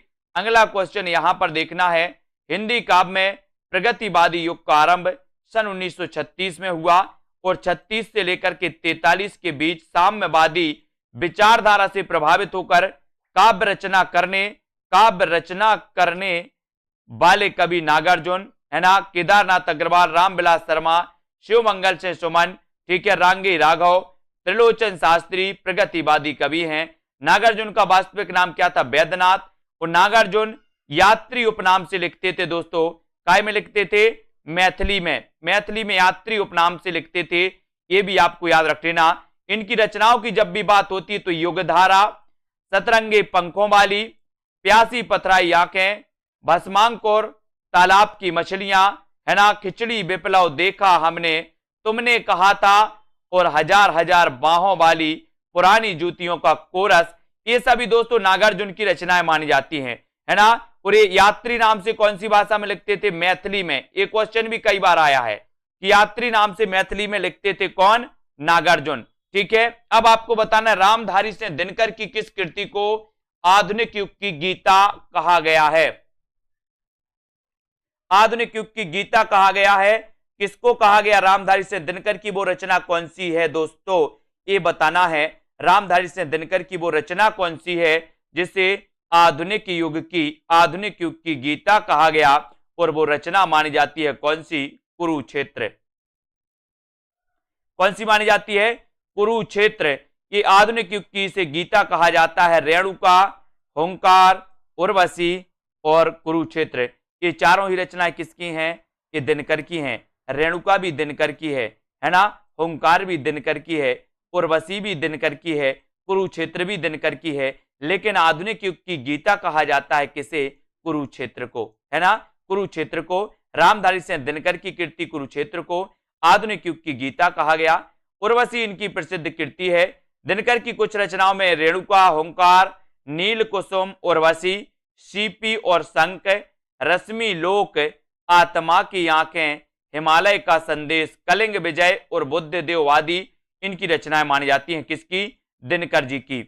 अगला क्वेश्चन है आयुष जी, हल्दी घाटी वीर रस प्रधान प्रबंध काव्य है तो कौन सा है? हल्दी घाटी वीर रस प्रधान प्रबंध काव्य है श्याम नारायण पांडे, नवीन, सोहनलाल द्विवेदी या फिर इनमें से कोई नहीं। हल्दी घाटी वीर रस प्रधान प्रबंध काव्य कौन सा है? 34। और हल्दी घाटी वीर रस प्रधान प्रबंध काव्य अगर आपसे पूछा गया है तब आपका हल्दी घाटी वीर रस प्रधान प्रबंध काव्य जो माना जाता है वो माना जाता है श्याम नारायण पांडे, है ना। श्याम नारायण पांडे, यानी कि ये नंबर आपको बोले श्याम को हल्दी, श्याम को क्या लग रही है? हल्दी लग रही है, तो हल्दी से हल्दी घाटी और श्याम से श्याम नारायण पांडे, है ना। तो उत्तर कहां चला जाता है? विकल्प नंबर एक की तरफ। ये नंबर अपना सही हो जाता है। हल्दी घाटी श्याम नारायण पांडे की कृति है। यह वीर रस प्रधान काव्य है और इनकी अन्य महत्वपूर्ण रचनाएं हैं जय हनुमान, है ना, तुमुल, रिमझिम, हल्दी घाटी तथा जौहर। ये मानी जाती है श्याम नारायण पांडे की रचनाएं। हल्दी घाटी तो याद रख लेना, ये तो पूछी जाती है। रामधारी सिंह दिनकर को किस कृति पर ज्ञानपीठ पुरस्कार प्राप्त हुआ दोस्तों? कौन सी कृति पे इन्हें ज्ञानपीठ पुरस्कार मिला था? दिनकर जी को उर्वशी के लिए, कुरुक्षेत्र के लिए, सामधैनी के लिए या फिर हुंकार के लिए? करिए चयन। प्रश्न क्रमांक है अपना, रामधारी सिंह दिनकर को किस कृति के लिए ज्ञानपीठ इन्हें मिला था? बताइए, चयन करिए सभी लोग, फटाफट से उत्तर बताते जाएं। जो भी साथी ने अभी तक दोस्तों सेल्फ स्टडी क्लासेस का ऐप डाउनलोड नहीं किया है वो प्लीज ऐप डाउनलोड कर लें और अपने अध्ययन को निरंतर बहुत अच्छा बना सकते हैं। ठीक है, अब आपको रामधारी सिंह दिनकर को बताना है कि किस कृति पर ज्ञानपीठ पुरस्कार इन्हें मिला था। ज्ञानपीठ पुरस्कार किन्हें मिला था, किस रचना के लिए मिला था, तो आपको वैसे भी पता है कि उर्वशी के लिए इन्हें मिला था 1972 में। उर्वशी के लिए इन्हें मिला था 1972 में, जो कि लगभग सभी लोगों को पता है। ठीक है, सभी को पता है, वेरी गुड। तो ये नंबर आपका बिल्कुल सही होगा। रामधारी सिंह दिनकर को उर्वशी नामक गीति नाट्य पर सर्वोच्च साहित्य पुरस्कार ज्ञानपीठ पुरस्कार प्राप्त हुआ, जो कि बहुत ही महत्वपूर्ण है। ठीक है, बहुत बढ़िया। और रामधारी सिंह दिनकर की रचनाओं की अगर जब भी बात होती है तो रचनाओं में कौन सी आती है दोस्तों, रचनाओं में रामधारी सिंह दिनकर की कुरुक्षेत्र, रेणुका, हुंकार, सामधेनी, है ना, रश्मि रति, नील कुसुम, हारे को हरिनाम, ये रचनाएं इनकी आती हैं। ठीक है, अब युगधारा के रचयिता आपको बताना है, युगधारा के रचयिता कौन है। युगधारा के रचयिता जल्दी से चयन करिए, युगधारा के रचयिता कौन माने जाते हैं। सुमित्रानंदन पंत जी, महादेवी वर्मा, केदारनाथ अग्रवाल या फिर नागार्जुन। युगधारा के रचयिता कौन है, बताइए। युगधारा, और अभी अपन ने पढ़ा भी है, क्या पढ़ा है कि सर युगधारा के जो रचयिता हैं वो रचयिता है कौन, नागार्जुन। इनका वास्तविक नाम क्या था, बोले सर वैद्यनाथ, है ना। ये मैथिली में किस नाम से लिखते थे, तो मैथिली में लिखते थे ये यात्री नाम से। ठीक है, ये भी सभी को पता है। तो उत्तर चला जाता है सी की तरफ। सी नंबर आपका बिल्कुल सही है। युगधारा, इनकी रचनाओं में युगधारा, सतरंगे पंखों वाली, है ना, प्यासी पथराई आंखें, भस्मांकुर, ठीक है, तालाब की मछलियां, तुमने कहा था, खिचड़ी विप्लव, देखा हमने, नागार्जुन की रचना, हजार हजार बाहों वाली रचना भी इन्हीं की है, पुरानी जूतियों का कोरस, नागार्जुन की प्रमुख काव्य कृतियां मानी जाती हैं दोस्तों, है ना। ये भस्मांकुर इनका एक क्या माना जाता है, खंड काव्य माना जाता है, खंड काव्य। ठीक है, इसको भी अपन को याद रख लेना, भस्मांकुर इनका खंड काव्य है दोस्तों, किसका, दिनकर अपने नागार्जुन जी का। अब यहां पर काव्य संग्रहों के साथ सुमेलित करना है, तो ये सुमेलित करना है आपको, कूट भी नीचे दिया है, कूट में से चयन करिए और सुमेलित करिए कि फूल नहीं रंग बोलते के रचनाकार कौन है, बुनी हुई रस्सी के रचनाकार कौन है, या फिर युगधारा के रचनाकार कौन है। जल्दी से बताइए सभी लोग, बुनी हुई रस्सी के रचनाकार कौन है, कमेंट में लिखिए। बुनी हुई रस्सी के रचनाकार कौन माने जाते हैं, कमेंट में आपको लिखना है। बुनी हुई रस्सी, और नागार्जुन की कौन सी कृति है, केदारनाथ अग्रवाल की कौन सी है, भवानी प्रसाद मिश्र की कौन सी कृति है। हाँ, माली भी इनका उपनाम है, दिनेश जी बिल्कुल सही, है ना। तो यहां पर आपका उत्तर चला जाएगा दोस्तों क्या, सी की तरफ। ठीक है, ठीक है, सी तरफ आपका बिल्कुल सही हो जाएगा। यानी कि दोस्तों नरेंद्र शर्मा का अपन ने देखा प्रवासी के गीत, ये है ना। नागार्जुन की अपन ने युगधारा पढ़ी है, केदारनाथ अग्रवाल की फूल नहीं रंग बोलते हैं, भवानी प्रसाद मिश्र की बुनी हुई रस्सी, है ना।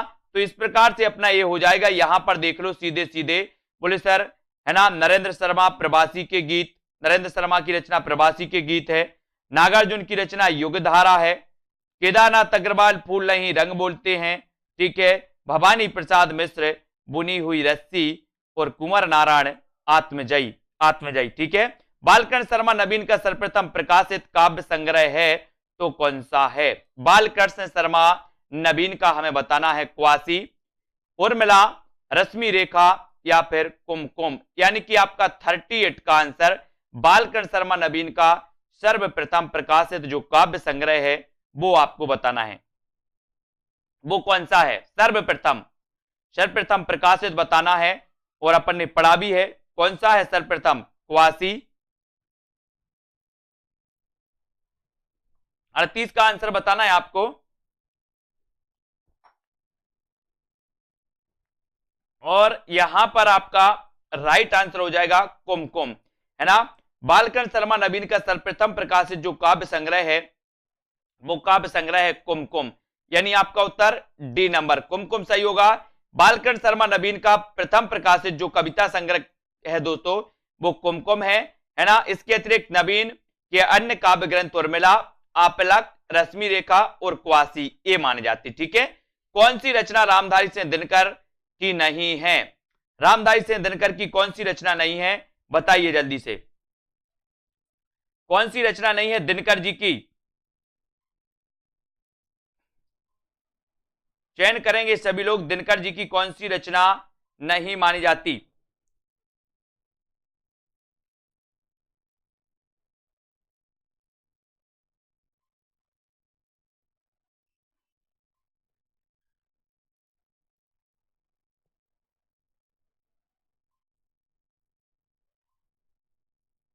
तो यहां पर रामधारी सिंह दिनकर की जब बात होती है तो इनकी रचना नहीं है अध्यात्म चिंतन। अध्यात्म चिंतन दिल्ली है इनकी रचना, रेणुका भी है, नीम के पत्ते भी है ना। तो कौन सी नहीं है, अध्यात्म चिंतन नहीं है, यानी कि आपका ए नंबर दिनकर की रचना नहीं है ना। और हुंकार की बात करें तो हुंकार है, रसवंती भी है, कुरुक्षेत्र है, सामधैनी है, नील कुसुम है, दिल्ली है, ठीक है। ये सारी रचनाएं मानी जाती हैं दोस्तों। द्वंद्व गीत, रश्मि रथी, उर्वशी, परशुराम की प्रतीक्षा, है ना, हारे को हरिनाम, धूप और धुआं, है ना, ये सारी रचनाएं मानी जाती है। आत्मा की आंखें, नीम के पत्ते, नीम के पत्ते भी पूछी जाती है, ठीक है। नीम के पत्ते के रचनाकार कौन है। एक हथौड़े वाला घर में और हुआ किसकी पंक्ति है। एक हथौड़े वाला घर में और हुआ, ये पंक्ति किसकी है, ये पंक्ति बताना है। ये पंक्ति एक हथौड़ा वाला घर में और हुआ, ये किसकी पंक्ति है। उत्तर चला जाता है केदारनाथ अग्रवाल की। किसकी पंक्ति है, केदारनाथ अग्रवाल की। और ए नंबर केदारनाथ अग्रवाल आपका बिल्कुल सही हो जाता है। केदारनाथ अग्रवाल प्रगतिवाद के प्रमुख कवि हैं, है ना। एक हथौड़ा वाला घर में और हुआ, आज नदी बिल्कुल उदास थी, है ना। इन पंक्तियों तथा इनकी काव्य कृतियां इस प्रकार हैं दोस्तों। नींद के बादल, युग की गंगा केदारनाथ अग्रवाल, फूल नहीं रंग बोलते हैं केदारनाथ अग्रवाल। ये रचनाएं अपन को याद करना है, ठीक है। ये रचनाएं हमेशा पूछी जाती हैं। बढ़ते हैं अगले क्वेश्चन की ओर, अगले प्रश्न को देखते हैं। इनमें से कौन सा कवि प्रगतिवादी नहीं है। ये क्वेश्चन तो कई बार पूछे जाते हैं और प्रगतिवादी जो कवि हैं उनको आपको याद करना है। कौन सा प्रगतिवादी कवि नहीं है बताइए। केदारनाथ अग्रवाल नहीं है, भवानी प्रसाद मिश्र, त्रिलोचन या फिर शिवमंगल सिंह सुमन। प्रगतिवादी जो कवि हैं वो कौन नहीं है, ये प्रश्न आपको बताना है। कौन सा कवि प्रगतिवादी नहीं है।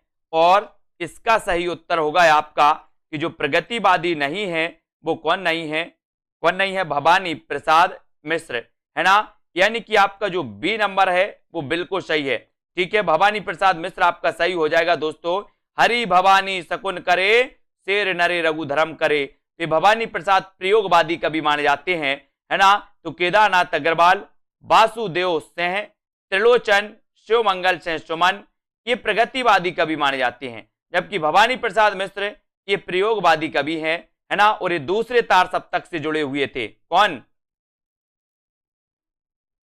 भवानी प्रसाद मिश्र, है ना। अब यहां पर बढ़ते हैं, कृतियों तथा कृतिकारों को सुमेलित करना है ईश्वर की अध्यक्षता में। और कबूतर, है ना, कबूतर आत्महत्या के विरुद्ध और जलसाघर, ये रचनाएं कौन सी हैं, ये रचनाएं किसकी हैं, ये आपको सुमेलित करना है। तो करिए सुमेलित। ईश्वर की अध्यक्षता, ये रचना किसकी है। या फिर अब कबूतर या फिर आत्महत्या के विरुद्ध या जलसाघर। और यहां पर आपका बिल्कुल सही आंसर होगा कि ईश्वर की अध्यक्षता में लीलाधर जगूड़ी, है ना। कबूतर के रचनाकार उदय प्रकाश, आत्महत्या के रघुवीर सहाय, जलसाघर के रचनाकार श्रीकांत और सतरंगे पंखों वाली ये नागार्जुन। अब आपसे अगर पूछा जाए कि ईश्वर की अध्यक्षता में की रचनाकार कौन है, लीलाधर जगूड़ी हैं। कबूतर के रचनाकार कौन है, उदय प्रकाश हैं। आत्महत्या के विरुद्ध के रचनाकार कौन है, रघुवीर सहाय, है ना। जलसाघर के रचनाकार कौन है, तो श्रीकांत हैं। सतरंगे पंखे वाली की रचना किसने की, तो वो की नागार्जुन ने। ये रचनाएं आपको याद करना है, ये हमेशा पूछी जाएंगी। हालाबाद के प्रवर्तक कौन है, ये क्वेश्चन तो अभी पूछा गया था पंजाब मास्टर गाइडर में। हालाबाद के प्रवर्तक कौन है बताइए। कौन माने जाते हैं दोस्तों, मासलवाद और हालाबाद ये दो चले थे। अब मासलवाद तो आपको पता है रामेश्वर शुक्ल अंचल हैं, लेकिन हालाबाद आपसे पूछा गया तो हालाबाद के प्रवर्तक कौन है? नरेंद्र शर्मा, रामेश्वर शुक्ल अंचल, जगदीश गुप्त या फिर हरिवंश राय बच्चन। हालाबाद के प्रवर्तक कौन माने जाते हैं? ये उत्तर आपको चयन करना है, सभी लोग चयन करेंगे उत्तर को। हालाबाद के प्रवर्तक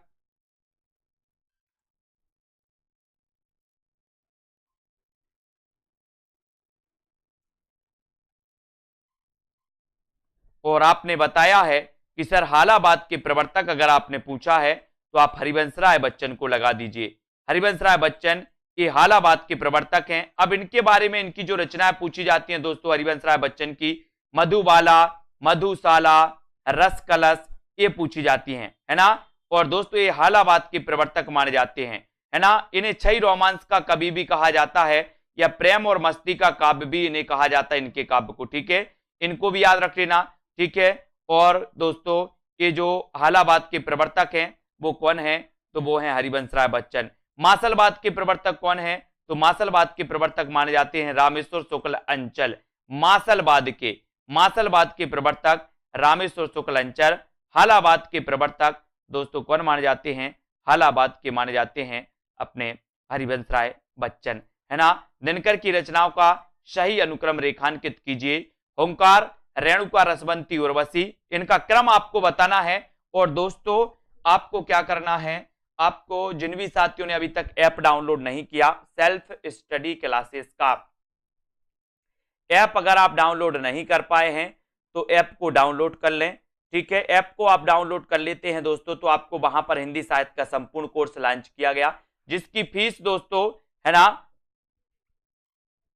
50% से ज्यादा ऑफ में दोस्तों ये मात्र 30 तारीख तक आपको 1100 रुपए में टीजीटी, पीजीटी या फिर दोस्तों आप जूनियर टेट एग्जाम की तैयारी कर रहे हैं तो इनको याद करना है। इनको दोस्तों आप एडमिशन इसमें ले सकते हैं, है ना, हिंदी साहित्य के। और होंकार, रेणुका, रसवंती और उर्वशी ये जो रचनाएं हैं ये इनकी क्रमबद्ध हो जाएंगी, यानी कि उत्तर चला जाता है आपका होंकार, है ना। होंकार, रेणुका, रसवंती और उर्वशी, यानी कि आपका जो ये नंबर है वो बिल्कुल सही है, ठीक है। ये नंबर आपका राइट आंसर हो जाएगा।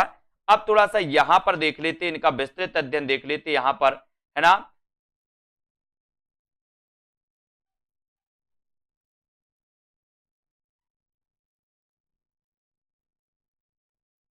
ठीक है, इसको थोड़ा सा अपन देखते हैं,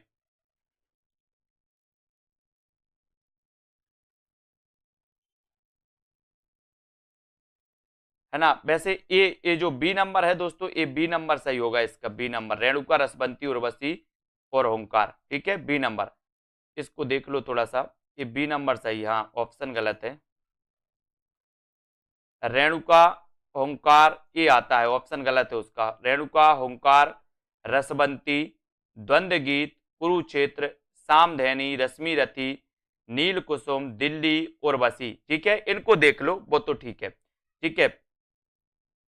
गलत है वो, ऑप्शन गलत है। रेणुका, होंकार, रसवंती, ठीक है, द्वंद्व गीत, कुरुक्षेत्र, सामधेनी, रश्मि रति, है ना, नील कुसुम, दिल्ली, उर्वशी, परशुराम की प्रतीक्षा, आत्मा की आंखें, हारे के हरिनाम, है ना, धूप और धुआं, नीम के पत्ते और इतिहास के आंसू, ये रचनाएं आपको याद रख लेना, ठीक है। ये हमेशा पूछी जाती हैं। अगला क्वेश्चन यहां पर देखो, अगला क्वेश्चन है रचनाकारों के सामने रचनाओं को हमें सुमेलित करना है। सतरंगिणी, है ना, और बताना है सतरंगिणी, सतरंगे पंखों वाली, अड़िमा या फिर रितंबरा, बताइए। सतरंगिणी, निराला, सतरंगे पंखों वाली, अड़िमा या फिर रितंबरा, ये रचनाएं किसकी हैं?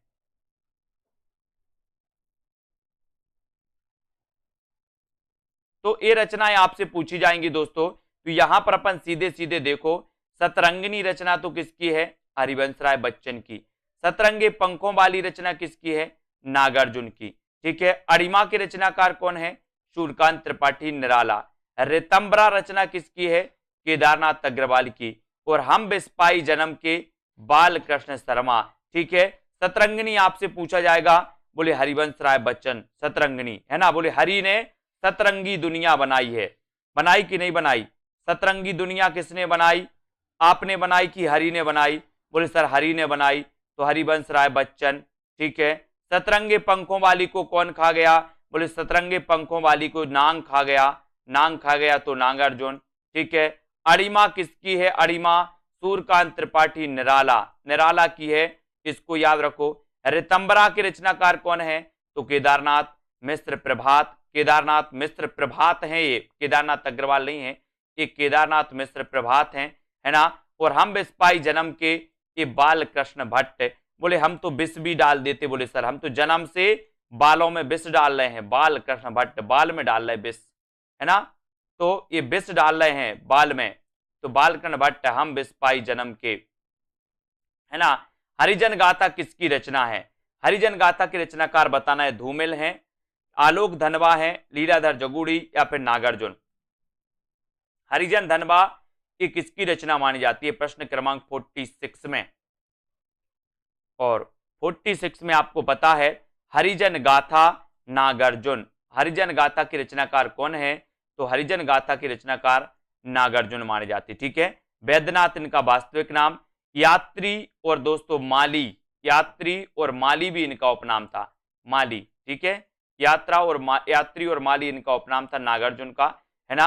और दोस्तों हरिजन गाथा के रचनाकार नागार्जुन। ईश्वर की अध्यक्षता में लीला, बोले ईश्वर की अध्यक्षता में लीला हुई थी, लीला पढ़ते ना अपन, कृष्ण लीला, बोले लीला, तो ईश्वर की अध्यक्षता में लीला जगुड़ी। दुनिया रोज बनती है, आलोक धनवा, है ना। मोची राम, मोची राम सुदामा पांडे धूमिल, मोची राम सुदामा पांडे धूमिल। ठीक है। अब इनमें से बताइए कौन सा नाम सही है? पहला तार सप्तक, तार सप्तक, दूसरा तार सप्तक, तीसरा तार सप्तक, कौन सा नाम सही है? सही नाम आपको चयन करना है, तो कौन सा नाम सही होता है इसमें से बताइए।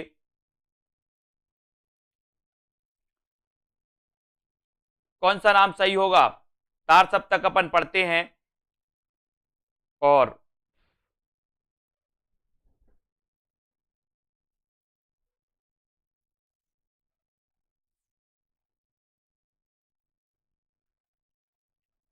है ना, तो इसमें आपका सही हो जाएगा दोस्तों ये तार सप्तक, तार सप्तक इसमें सही है ना। बाकी दूसरा तीसरा सप्तक, चौथा सप्तक ये भी सही है, दूसरा तार सप्तक, तीसरा तार सप्तक, लेकिन इसमें दोस्तों ये जो गलत है, पहला तार सप्तक गलत है। ठीक है। यहां पर ऐसा क्वेश्चन पूछा जाता कौन सा सही नहीं है? सही नहीं है तो पहला तार सप्तक सही नहीं है, बाकी दूसरा तो तार सप्तक है ही, तीसरा है, चौथा है ना। तो तार सप्तक दोस्तों ये तार सप्तक सही हो जाएगा सी नंबर। दूसरा तार सप्तक 51, तीसरा सप्तक 59, चौथा सप्तक 79। इन सभी तार सप्तकों का संपादन सच्चिदानंद हीरानंद वात्स्यायन अज्ञे ने किया था। ठीक है। तो अज्ञे के बारे में आपको पता ही है, प्रथम द्वितीय तृतीय ये तार सप्तक इन्होंने याद रखे थे। ठीक है। अब यहाँ पर पढ़ते हैं ए नंबर पढ़ते हैं। यहाँ पर ये प्रभात फेरी के रचनाकार कौन है? सीधा सीधा इनको देख लेते हैं, इनको थोड़ा सा पढ़ लेते हैं। मधुलिका की रचनाकार कौन है? तो रामेश्वर शुक्ल अंचल है। प्रभात फेरी किसकी रचना है? नरेंद्र शर्मा की है प्रभात फेरी। प्रणभंग की रचनाकार कौन है? रामधारी सिंह दिनकर, है ना। काठमांडू की पहली सांझ शिवमंगल सिंह सुमन। मौर्य विजय की रचनाकार कौन है? सियाराम शरण गुप्त। अब आपसे पूछा जाएगा मधुलिका के रचनाकार कौन है? आप क्या बताओगे? रामेश्वर शुक्ल अंचल है। प्रभात फेरी ये किसकी रचना है? नरेंद्र शर्मा की। प्रणभंग रामधारी सिंह दिनकर, है ना। काठमांडू की पहली सांझ शिवमंगल सिंह सुमन। मौर्य विजय की रचनाकार कौन है? तो सियाराम शरण गुप्त। ठीक है। अगला क्वेश्चन इस प्रकार से आपको बताना है कि रचनाएं किस किस की है। मौर्य विजय की रचनाकार कौन है? राखी की चुनौती किसकी रचना है? ठीक है। और दोस्तों राष्ट्रीय तरंग ये किसकी है? या फिर विप्लव, है ना, या फिर सतरंगे पंखों वाली, ये रचनाएं किसकी हैं? इन रचनाओं को आपको बताना है, तो ये रचनाएं किसकी मानी जाती हैं। तो इन रचनाओं को भी अपन फिर से सीधा सीधा देखेंगे। ये रचनाएं यहां से पढ़ना है अपन को कि सियाराम शरण गुप्त की तो मौर्य विजय, है ना। बालकृष्ण शर्मा की विप्लव गायन, विप्लव गायन की रचनाकार कौन है? बालकृष्ण शर्मा नवीन। ठीक है। राखी की चुनौती किसकी रचना है? सुभद्रा कुमारी चौहान। राखी की चुनौती। राष्ट्रीय तरंग की रचनाकार कौन है? गया प्रसाद शुक्ल स्नेही। और सतरंगे पंखों वाली ये रचना किसकी है? तो ये रचना है दोस्तों नागार्जुन की। ठीक है। तो मौर्य विजय सियाराम शरण गुप्त, विप्लव गायन बालकृष्ण शर्मा नवीन, राखी की चुनौती सुभद्रा कुमारी चौहान, राष्ट्रीय तरंग गया प्रसाद शुक्ल स्नेही और सतरंगे पंखों वाली को कौन खा गया? बोले सर नाग। तो नागार्जुन आपका बिल्कुल सही हो जाएगा। ठीक है, 9 बजे, रोज 9 बजे क्लास होती है दोस्तों, आपकी 40 मिनट की क्लास होती है। अब यहां पर आपको चयन करना है, यहां पर आपको बताना है कि रचना ना तो दर्शन है और ना किसी ज्ञानी के प्रौढ़ मस्तिष्क का चमत्कार, यह तो अंततः एक साधारण मनुष्य का शंकाकुल हृदय ही है जो मस्तिष्क के हृदय पर चढ़कर बोल रहा है। रामधारी से दिनकर द्वारा कहा गया यह कथन उनके किस काव्य के संबंध में है? ये आपको बताना है पुष्पा जी। 50 का आंसर आपको बताना है। सभी लोग बताइए। रचना ना तो दर्शन है और ना किसी ज्ञानी के प्रौढ़ मस्तिष्क का चमत्कार, यह तो अंततः एक साधारण मनुष्य का शंकाकुल हृदय ही है जो मस्तिष्क के स्तर पर चढ़कर बोल रहा है। रामधारी से दिनकर द्वारा कहा गया यह कथन उनके किस काव्य के संबंध में है? तो किस काव्य के संबंध में है दोस्तों? ये जो है ये कुरुक्षेत्र के संबंध में है। ठीक है, कुरुक्षेत्र, रश्मि रथी, उर्वशी और दोस्तों परशुराम की प्रतीक्षा।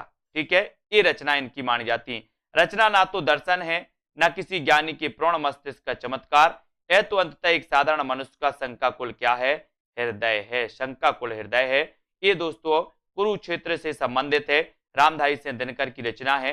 रामधारी सिंह दिनकर की रचनाओं में रेणुका 1935 सबसे पहले रेणुका आती है, ओंकार आती है फिर 1939 में, रसबंती, द्वंद्व गीत, कुरुक्षेत्र, सामधैनी, रश्मि रति, नील कुसुम, दिल्ली, है ना, उर्वशी, परशुराम की प्रतीक्षा, आत्मा की आंखें, हरि को हरिनाम, है ना, धूप और धुआं, नीम के पत्ते, इतिहास के आंसू इत्यादि ये रचनाएं। अब आपको क्रमबद्ध यहां पर बताना है, क्रमबद्ध चयन करना है साथियों। जन्म काल के आधार पर निम्नलिखित कवियों का सही अनुक्रम बताइए।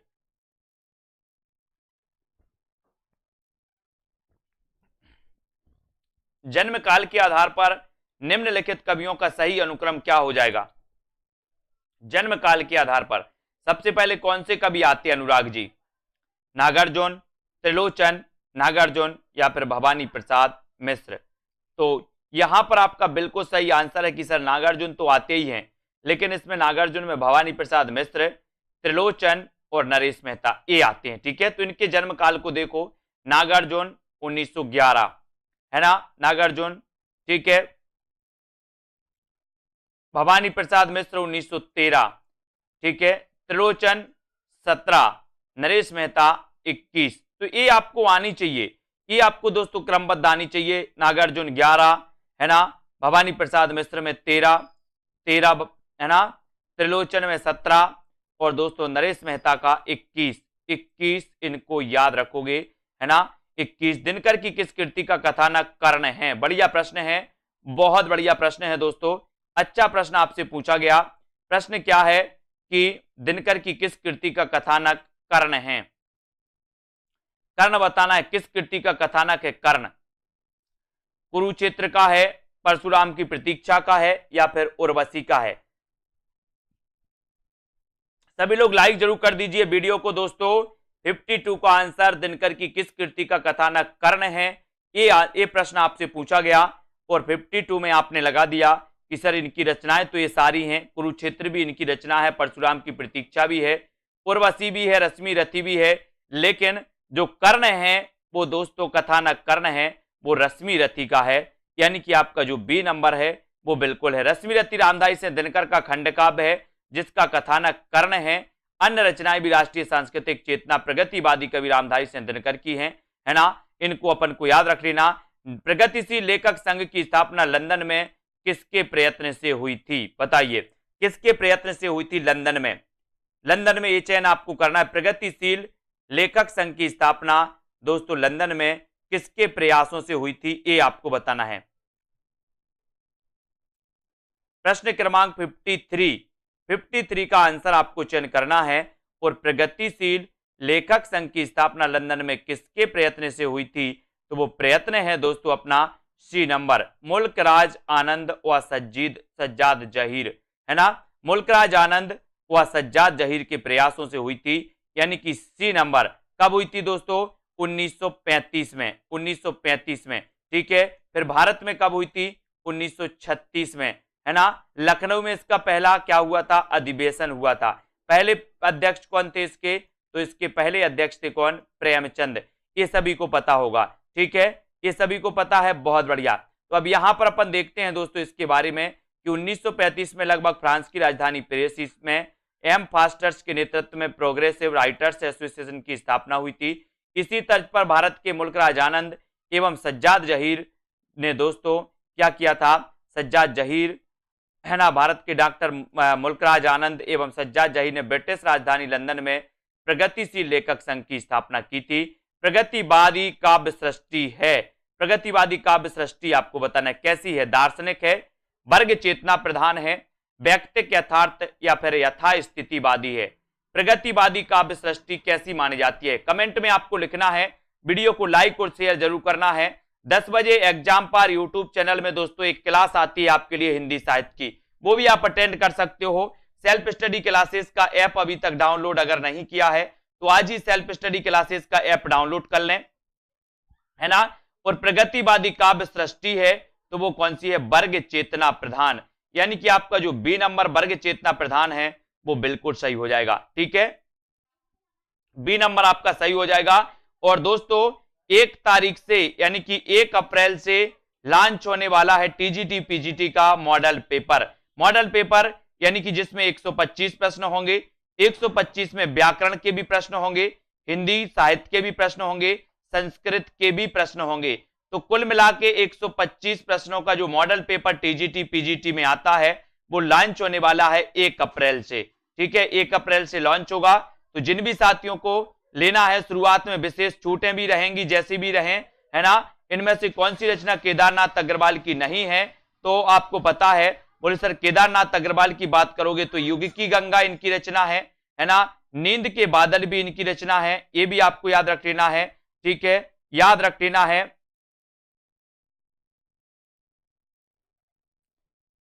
ठीक है। और आग का झरना और युगधारा ये दोस्तों किसकी है? ये केदारनाथ अग्रवाल की रचना नहीं है, ये तो किसकी है? ये तो रचना नागार्जुन की है। किसकी है? नागार्जुन की। इसको याद रख लेना। युगधारा की आज का जो अपना पहला प्रश्न है यहां पर आपको बताना है, यहां तक अपन ने पढ़ लिया था। अगला क्वेश्चन है आपका, फूल नहीं रंग बोलते हैं, फूल नहीं रंग बोलते हैं कि रचनाकार कौन माने जाते हैं? इसका उत्तर आपको बताना है। केदारनाथ अग्रवाल, नागार्जुन, त्रिलोचन या फिर नरेश मेहता। अपन ने दोस्तों प्रगतिवाद के बारे में पढ़ा था कि सर प्रगतिवाद का जो उदय होता है वो होता है 1936 में। प्रगतिवाद के प्रवर्तक कौन है? सुमित्रानंदन पंत। छायावाद के अंत की घोषणा किस रचना से मानी जाती है? तो वो रचना है कौन सी? युगांत। किसकी रचना है? युगांत। तो युगांत के रचनाकार अपन ने पढ़ा था कि युगांत के जो रचनाकार हैं वो रचनाकार हैं दोस्तों कौन से? सुमित्रानंदन पंत। ये भी अपन ने एक बार पढ़ लिया, ठीक है। अब दोस्तों आपको बताना है कि फूल नहीं रंग बोलते हैं, ये रचना किसकी है? तो आप लोगों को बिल्कुल पता है। बोले सर केदारनाथ गए हो आप, केदारनाथ धाम गए हैं ना बहुत सारे, केदारनाथ में फूल नहीं रंग बोलते हैं। बोले सर वहां के, है ना, फूल नहीं रंग बोलते कहां पर? केदारनाथ में। तो आपका ए नंबर केदारनाथ अग्रवाल बिल्कुल सही हो जाएगा, ठीक है। फिर बढ़ते हैं दोस्तों अगले क्वेश्चन की ओर। यहां पर आते हैं, फूल नहीं रंग बोलते, है ना। युग की गंगा, युग की गंगा, नींद के बादल, आग का आईना, अपूर्वा, समय समय पर, है ना, इत्यादि दोस्तों केदारनाथ अग्रवाल की रचनाएं मानी जाती हैं। और केदारनाथ अग्रवाल प्रगतिवादी काव्यधारा से संबंधित हैं, यानी कि ये प्रगतिवाद के कवि माने जाते हैं। कौन दोस्तों?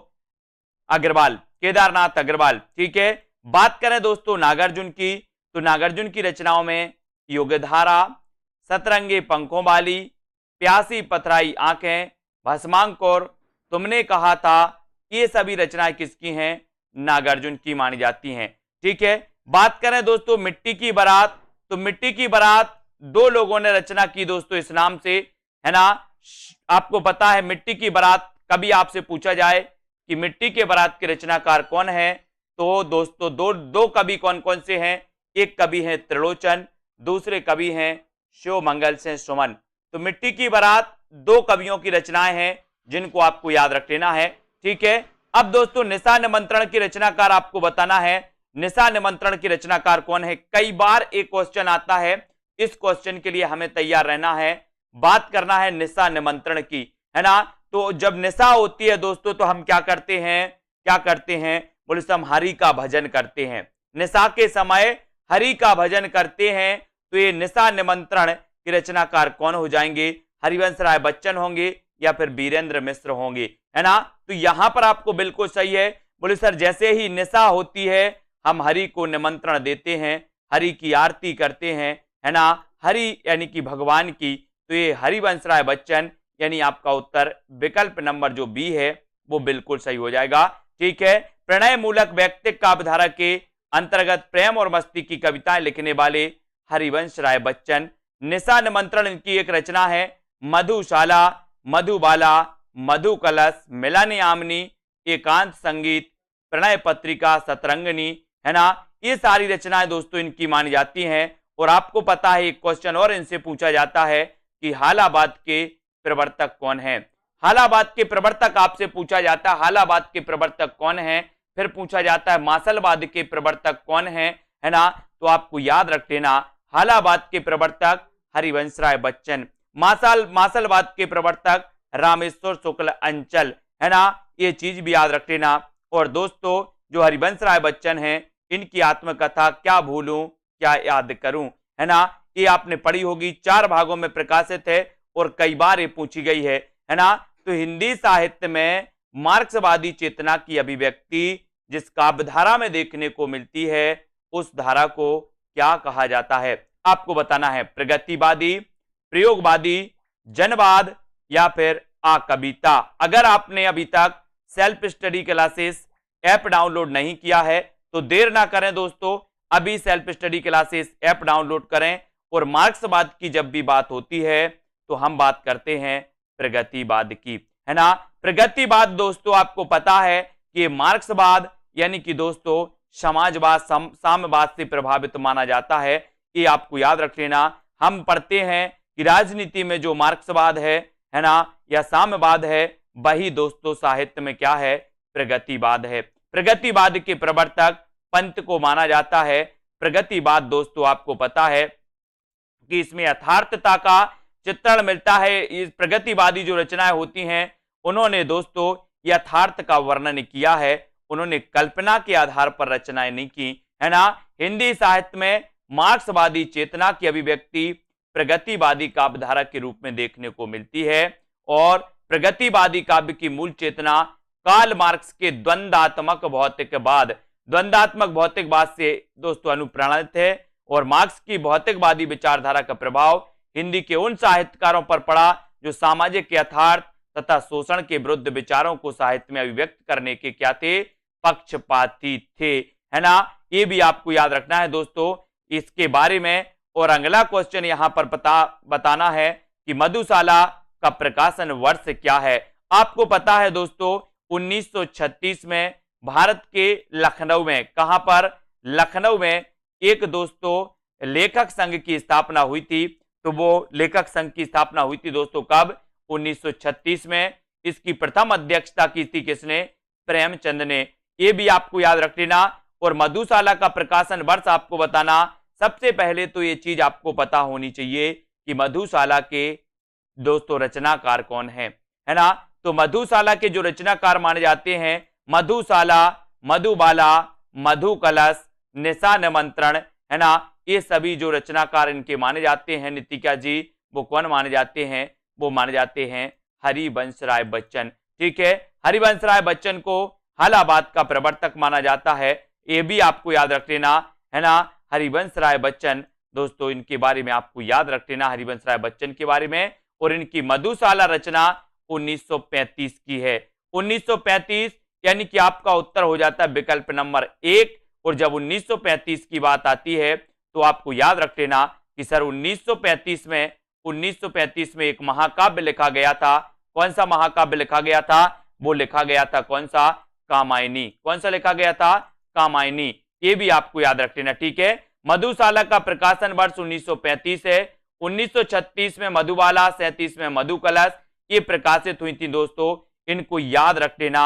और आपको पता है कि अपन बोलते ना कि बैर कराते मंदिर मस्जिद और मेल कराती मधुशाला, है ना। ये दोस्तों वही मधुशाला जो है, ये रचना है मधुशाला, मधु कलश और मधुबाला, इनको याद रख लेना। ये रचनाएं किसकी हैं ये आपको पता होनी चाहिए, क्योंकि एग्जाम में हमेशा पूछी जाती हैं। नागार्जुन किस काव्यधारा के कवि हैं? प्रश्न क्रमांक आपसे पूछा जाता है 62। नागार्जुन के बारे में आपको बताना है कि नागार्जुन किस काव्यधारा के कवि माने जाते हैं।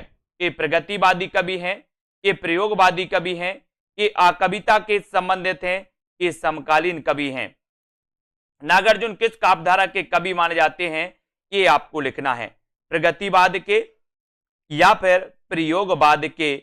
और आपका बिल्कुल सही आंसर, एकदम जो राइट आंसर हो जाता है उसको अपन को बताना है। और आंसर हो जाता है आपका, बोले सर नागार्जुन की अगर बात करते हो तो नागार्जुन का वास्तविक नाम क्या था? एक क्वेश्चन यहां से बनता है दोस्तों कि नागार्जुन का वास्तविक नाम था क्या? वैद्यनाथ, है ना। नागार्जुन मैथिली में किस नाम से लिखते थे? तो नागार्जुन मैथिली में लिखते थे यात्री नाम से, है ना। और इनका वास्तविक नाम था वैद्यनाथ। और दोस्तों नागार्जुन प्रगतिवादी कवि थे, है ना। ये भी आपको याद रख लेना। कहीं आओ रानी हम ढाएंगे पालकी और यही हुई है राय जवाहरलाल की, है ना। नागार्जुन, केदारनाथ अग्रवाल, रांगे राघव, शिव मंगल सिंह सुमन, त्रिलोचन, भारत भूषण अग्रवाल, सोम ठाकुर, नीरज बलबीर सिंह, है ना, आदि प्रगतिवादी कवि माने जाते हैं दोस्तों। इनको अपन को याद रख लेना। इनका वास्तविक नाम था वैद्यनाथ मिश्र, मैथिली में यात्री नाम से लिखते थे, है ना।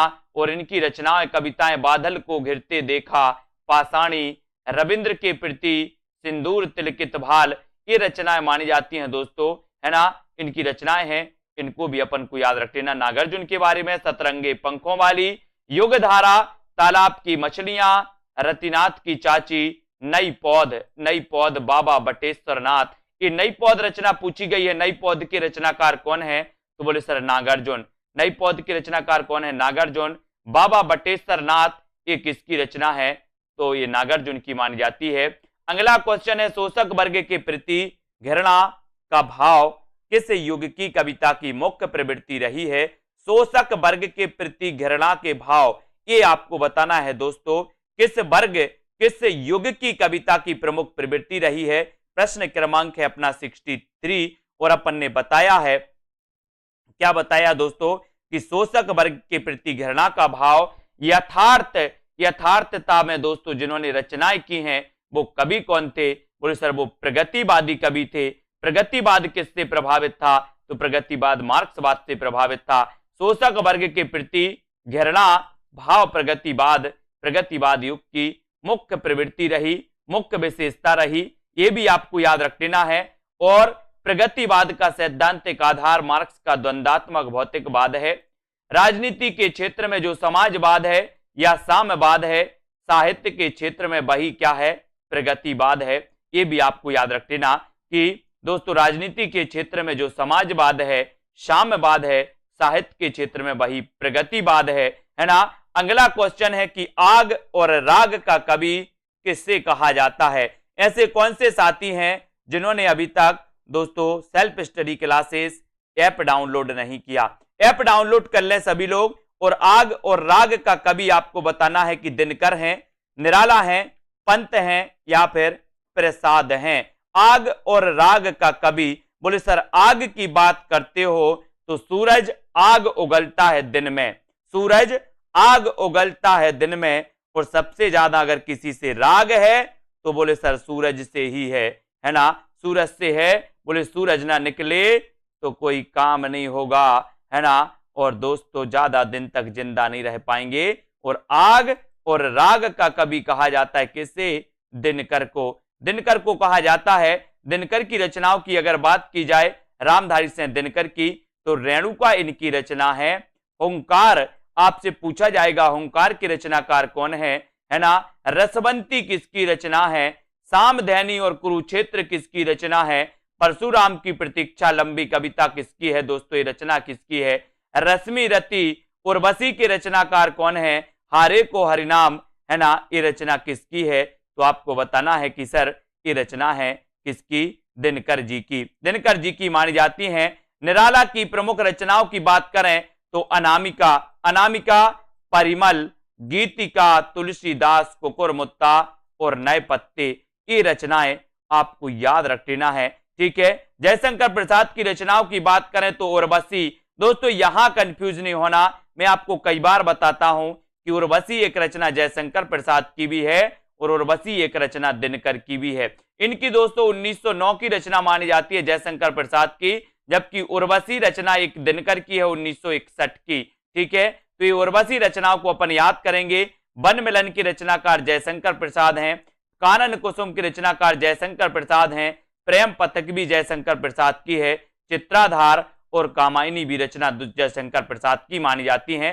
चित्राधार भी याद रख लेना दोस्तों, चित्राधार जयशंकर प्रसाद, है ना। सुमित्रानंदन पंत की रचनाओं में उच्छ्वास की बात आती है दोस्तों, तो उच्छ्वास के रचनाकार कौन है? उच्छ्वास के रचनाकार हैं सुमित्रानंदन पंत और शोकोच्छ्वास के रचनाकार हैं जयशंकर प्रसाद। शोकोच्छ्वास जयशंकर प्रसाद, उच्छ्वास सुमित्रानंदन पंत, ग्रंथि, पल्लव, गुंजन, स्वर्ण किरण, स्वर्ण धूलि, कला और बूढ़ा चांद, लोकायतन इनका महाकाव्य, चिदंबरा के लिए ज्ञानपीठ पुरस्कार मिला पंत जी की रचनाओं के लिए। तो ये सुमित्रानंदन पंत जी की रचनाएं जो आपको याद रख लेना। ये रचना इनकी स्वर्ण किरण, स्वर्ण धूलि, अरविंद दर्शन से प्रभावित है ना। कला और बूढ़ा चांद के लिए 1960 में साहित्य अकादमी पुरस्कार मिला। ठीक है, लोकायतन इनका महाकाव्य गांधी जी के जीवन पर आधारित है पंत जी का। चिदंबरा के लिए 1968 में दोस्तों इन्हें क्या मिला था? ज्ञानपीठ पुरस्कार मिला था। इन सारी चीजों को आपको याद रखना है। कुरुक्षेत्र का मुख्य प्रतिपाद्य क्या है? कुरुक्षेत्र किसकी रचना? सबसे पहले तो ये बताना है आपको। तो कुरुक्षेत्र के रचनाकार माने जाते हैं दोस्तों कौन? दिनकर जी। और इनका मुख्य प्रतिपाद्य क्या है, इसके बारे में अपन चर्चा करेंगे यहां पर। और भी विकल्प आपको यहां पर दिए गए और आपका राइट आंसर है कि जब तक संसार में सद्भावना, शांति, समता और न्याय की प्रतिष्ठा नहीं होती तब तक युद्ध अनिवार्य है, तब तक युद्ध अनिवार्य है। राष्ट्रीय सांस्कृतिक चेतना के कवि रामधारी सिंह दिनकर की प्रमुख रचना कौन सी है? कुरुक्षेत्र।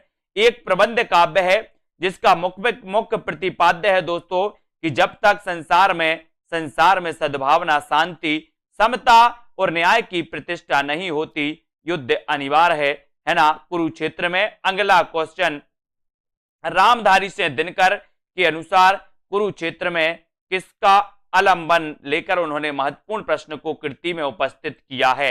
आंसर बताना है आपको, सभी लोग बताएंगे।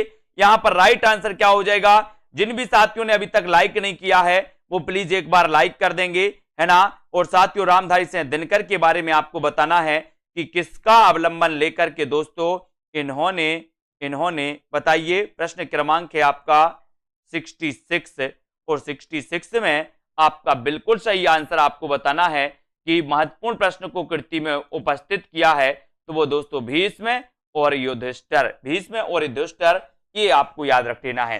ठीक है, फिर दोस्तों अगले क्वेश्चन की ओर जाते हैं, अगले क्वेश्चन की ओर बढ़ते हैं।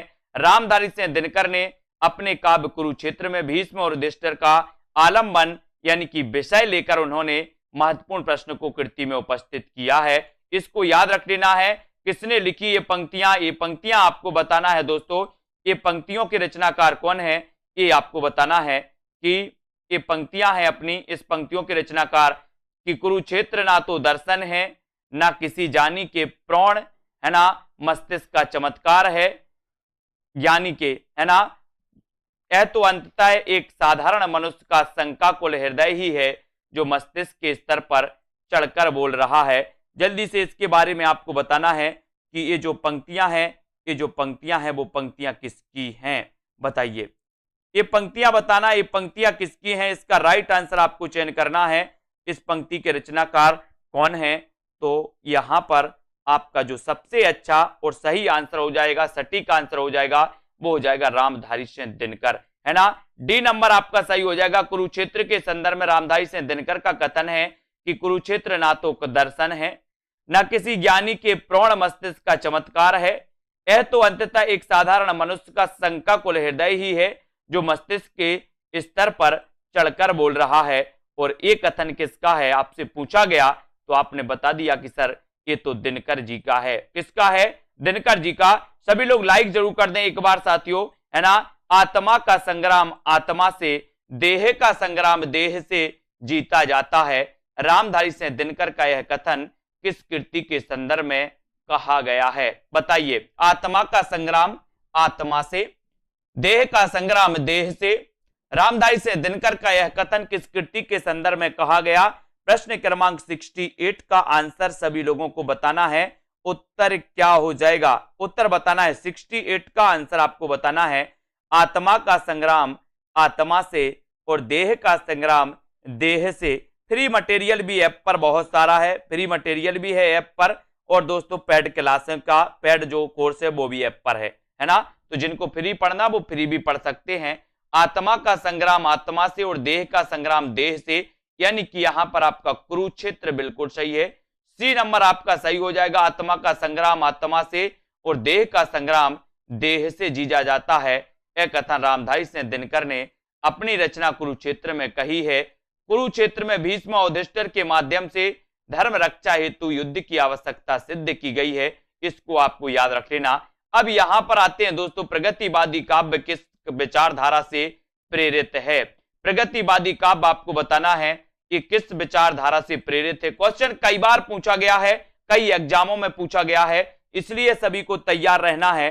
प्रगतिवादी काव्य के बारे में आपको बताना है ना, कि किससे प्रेरित माना जाता है? बताइए। प्रगतिवादी काव्य किस विचारधारा से प्रभावित है? कमेंट में जल्दी से आपको लिखना है। 4 विकल्प हैं आपके सामने, आदर्शवाद, मार्क्सवाद, अस्तित्ववाद और गांधीवाद, है ना। तो प्रगतिवाद काव्य किस विचारधारा से प्रेरित माना जाता है? ये उत्तर आपको चयन करना था और आपने उत्तर बिल्कुल आसानी से बता दिया कि मार्क्सवाद से प्रभावित माना जाता है, यानी कि आपका उत्तर बी नंबर बिल्कुल सही है। ठीक है। प्रगतिवादी काव्यधारा मार्क्सवादी विचारधारा से प्रेरित है और इस विचारधारा के प्रमुख कवि नागार्जुन, त्रिलोचन, है ना, शास्त्री केदारनाथ अग्रवाल आदि माने जाते हैं।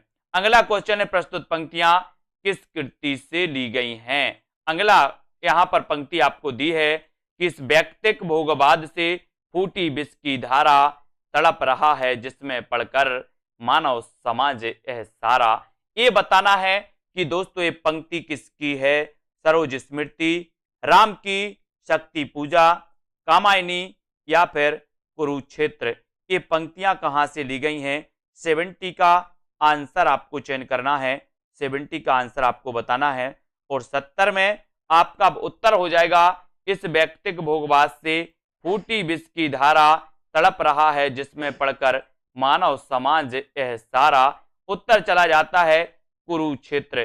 कुरुक्षेत्र यानी कि आपका डी नंबर बिल्कुल सही हो जाएगा, है ना। कुरुक्षेत्र आपका राइट आंसर है दोस्तों। ये पंक्तियां ली गई हैं कुरुक्षेत्र से, है ना। दिनकर कृत कुरुक्षेत्र से दोस्तों ये पंक्तियां ली गई हैं। राम की शक्ति पूजा निराला की दोस्तों लंबी कविता है, इसको याद करना। कामायनी के रचनाकार जयशंकर प्रसाद है। सबको मुक्त प्रकाश चाहिए, सबको मुक्त समीरण, बाधा रहित विकास मुक्त, है ना, आशंकाओं से जीवन। ये पंक्तियां किससे ली गई हैं? ये पंक्तियां आपको बताना है कि सबको मुक्त प्रकाश चाहिए, सबको मुक्त समीरण, बाधा रहित विकास। ये पंक्तियां कहां से ली गई हैं? तो यहां पर आपको बताना था। और ये सबको मुक्त प्रकाश चाहिए, ये जो पंक्तियां हैं ये पंक्तियां ली गई हैं दोस्तों कहां से? कुरुक्षेत्र से। कुरुक्षेत्र यानी कि आपका उत्तर चला जाता है विकल्प नंबर सी की तरफ। सी नंबर आपका बिल्कुल सही हो जाता है। सबको मुक्त प्रकाश चाहिए, ये दोस्तों दिनकर की पंक्ति है और ये ली गई है काय से? कुरुक्षेत्र से। अगला क्वेश्चन आपको चयन करना है कि कुरुक्षेत्र के प्रथम सर्ग का प्रारंभ किस पंक्ति से होता है? किस पंक्ति से होता है? 72 का आंसर बताना है। देश की इज्जत बचाने के लिए ईश जाने देश का लज्जा विषय, या वह कौन रोता है वहां तत्व है कि कोई केवल आवरण। इसके बारे में कुरुक्षेत्र के प्रथम सर्ग का प्रारंभ किस पंक्ति से माना जाता है? इसका उत्तर आपको चयन करना है। 72 का आंसर आपको चयन करना है। और यहां पर ये दोस्तों प्रथम सर्ग का प्रारंभ कुरुक्षेत्र का माना जाता है कि दोस्तों ये क्वेश्चन कई बार आया है, कुरुक्षेत्र का प्रथम सर्ग का प्रारंभ किस पंक्ति से होता है, तब यहां पर आपका उत्तर चला जाता है वह कौन रोता है वहां, वह कौन रोता है वहां, इस पंक्ति से होता है। यानी कि आपका उत्तर हो जाता है विकल्प नंबर सी। जिन्होंने बताया उनका आंसर बिल्कुल सही। रामधारी से दिनकर कृत कुरुक्षेत्र ये प्रबंध काव्य है। वह कौन रोता है वहां पंक्ति से होता है दोस्तों इसका प्रारंभ, जबकि अन्य तीनों पंक्तियां संगत हैं। प्रगतिवाद का दार्शनिक आधार क्या है? दार्शनिक आधार बताना है, साम्यवाद है, अस्तित्ववाद है, प्रयोगवाद है या फिर पूंजीवाद है। साम्यवाद प्रगतिवाद का दार्शनिक आधार आपको बताना है। दार्शनिक आधार क्या है? प्रगतिवाद का दार्शनिक आधार आपको चयन करना है, यानी कि आपको उत्तर 73 का उत्तर बताना है। ये क्वेश्चन भी कई बार आया है कि प्रगतिवाद का दार्शनिक आधार क्या है, और बहुत सारे लोगों ने उत्तर बता भी दिया है कि सर अगर प्रगतिवाद के दार्शनिक आधार की बात करोगे तो राजनीति के क्षेत्र में जो साम्यवाद है ना, साहित्य के क्षेत्र में वही क्या है? प्रगतिवाद। यानी कि उत्तर आपका एक ही तरफ चला जाता है। ये नंबर आपका बिल्कुल सही हो जाता है। ठीक है, अब यहां पर क्वेश्चन आता है प्रगतिवाद का दार्शनिक आधार है साम्यवाद, जो मार्क्सवाद की देन है। इस संबंध में कहा गया कि राजनीति के क्षेत्र में जो मार्क्सवाद है, तो दोस्तों साहित्य के क्षेत्र में वही क्या है? साहित्य के क्षेत्र में वही प्रगतिवाद है ना। किस कवि को मार्क्सवादी चेतना का कवि माना जाता है? किस कवि को माना जाता है मार्क्सवादी चेतना का कवि? धर्मवीर भारती को, अज्ञे हरिवंश राय बच्चन को या फिर केदारनाथ अग्रवाल को? किस कवि को मार्क्सवादी चेतना का कवि माना जाता है? मार्क्सवादी चेतना का कवि। ये चार विकल्प हैं। इतना तो हमारे अंदर कॉमन सेंस है कि सर यहां पर प्रगतिवादी कवियों की अगर बात करें तो प्रगतिवादी कवि दिख रहे हैं कौन? केदारनाथ अग्रवाल। फूल नहीं रंग बोलते हैं इनकी रचना है, बहुत ही श्रेष्ठ रचना। और किस कवि को मार्क्सवादी चेतना का कवि माना जाता है? तो वो माना जाता है दोस्तों केदारनाथ सिंह अग्रवाल, नहीं सिंह है ना। केदारनाथ अग्रवाल की रचना है कौन सी? फूल नहीं रंग बोलते हैं। लेकिन ये केदारनाथ सिंह है, यानी कि यहां पर डी नंबर आपका सही होगा। केदारनाथ सिंह और केदारनाथ अग्रवाल में दोस्तों कंफ्यूज नहीं होना, है ना। केदारनाथ सिंह को मार्क्सवादी चेतना का कवि कहा जाता है। इन्हें 2013 में ज्ञानपीठ पुरस्कार प्रदान किया गया दोस्तों, और 19 मार्च 2018 को इनका निधन हो गया था। किसका? केदारनाथ सिंह का, 2018 को, है ना। और ये दोस्तों केदारनाथ सिंह याद रख लेना, ये प्रगतिवादी चेतना के कवि माने जाते हैं, है ना। किसका संबंध रामधारी सिंह दिनकर से है? रामधारी सिंह दिनकर से बताना है किसका संबंध है, बताइए किसका संबंध है? कामाध्यात्म की समस्या, पौराणिक प्रसंग में भारत चीन युद्ध, युगीन संदर्भ या फिर युद्ध दर्शन या सुधारवाद? तो बताना है किसका संबंध दिनकर से है। दिनकर बताना है कैन का कवि, वो केदारनाथ अग्रवाल को कैन का कवि। ठीक है, तो यहां पर आपका दोस्तों पौराणिक प्रसंग में भारत चीन युद्ध का युगीन संदर्भ, यानी कि आपका बी नंबर बिल्कुल सही हो जाएगा। ठीक है, बी नंबर यानी कि आपका ए नंबर जे, ए बी और सी।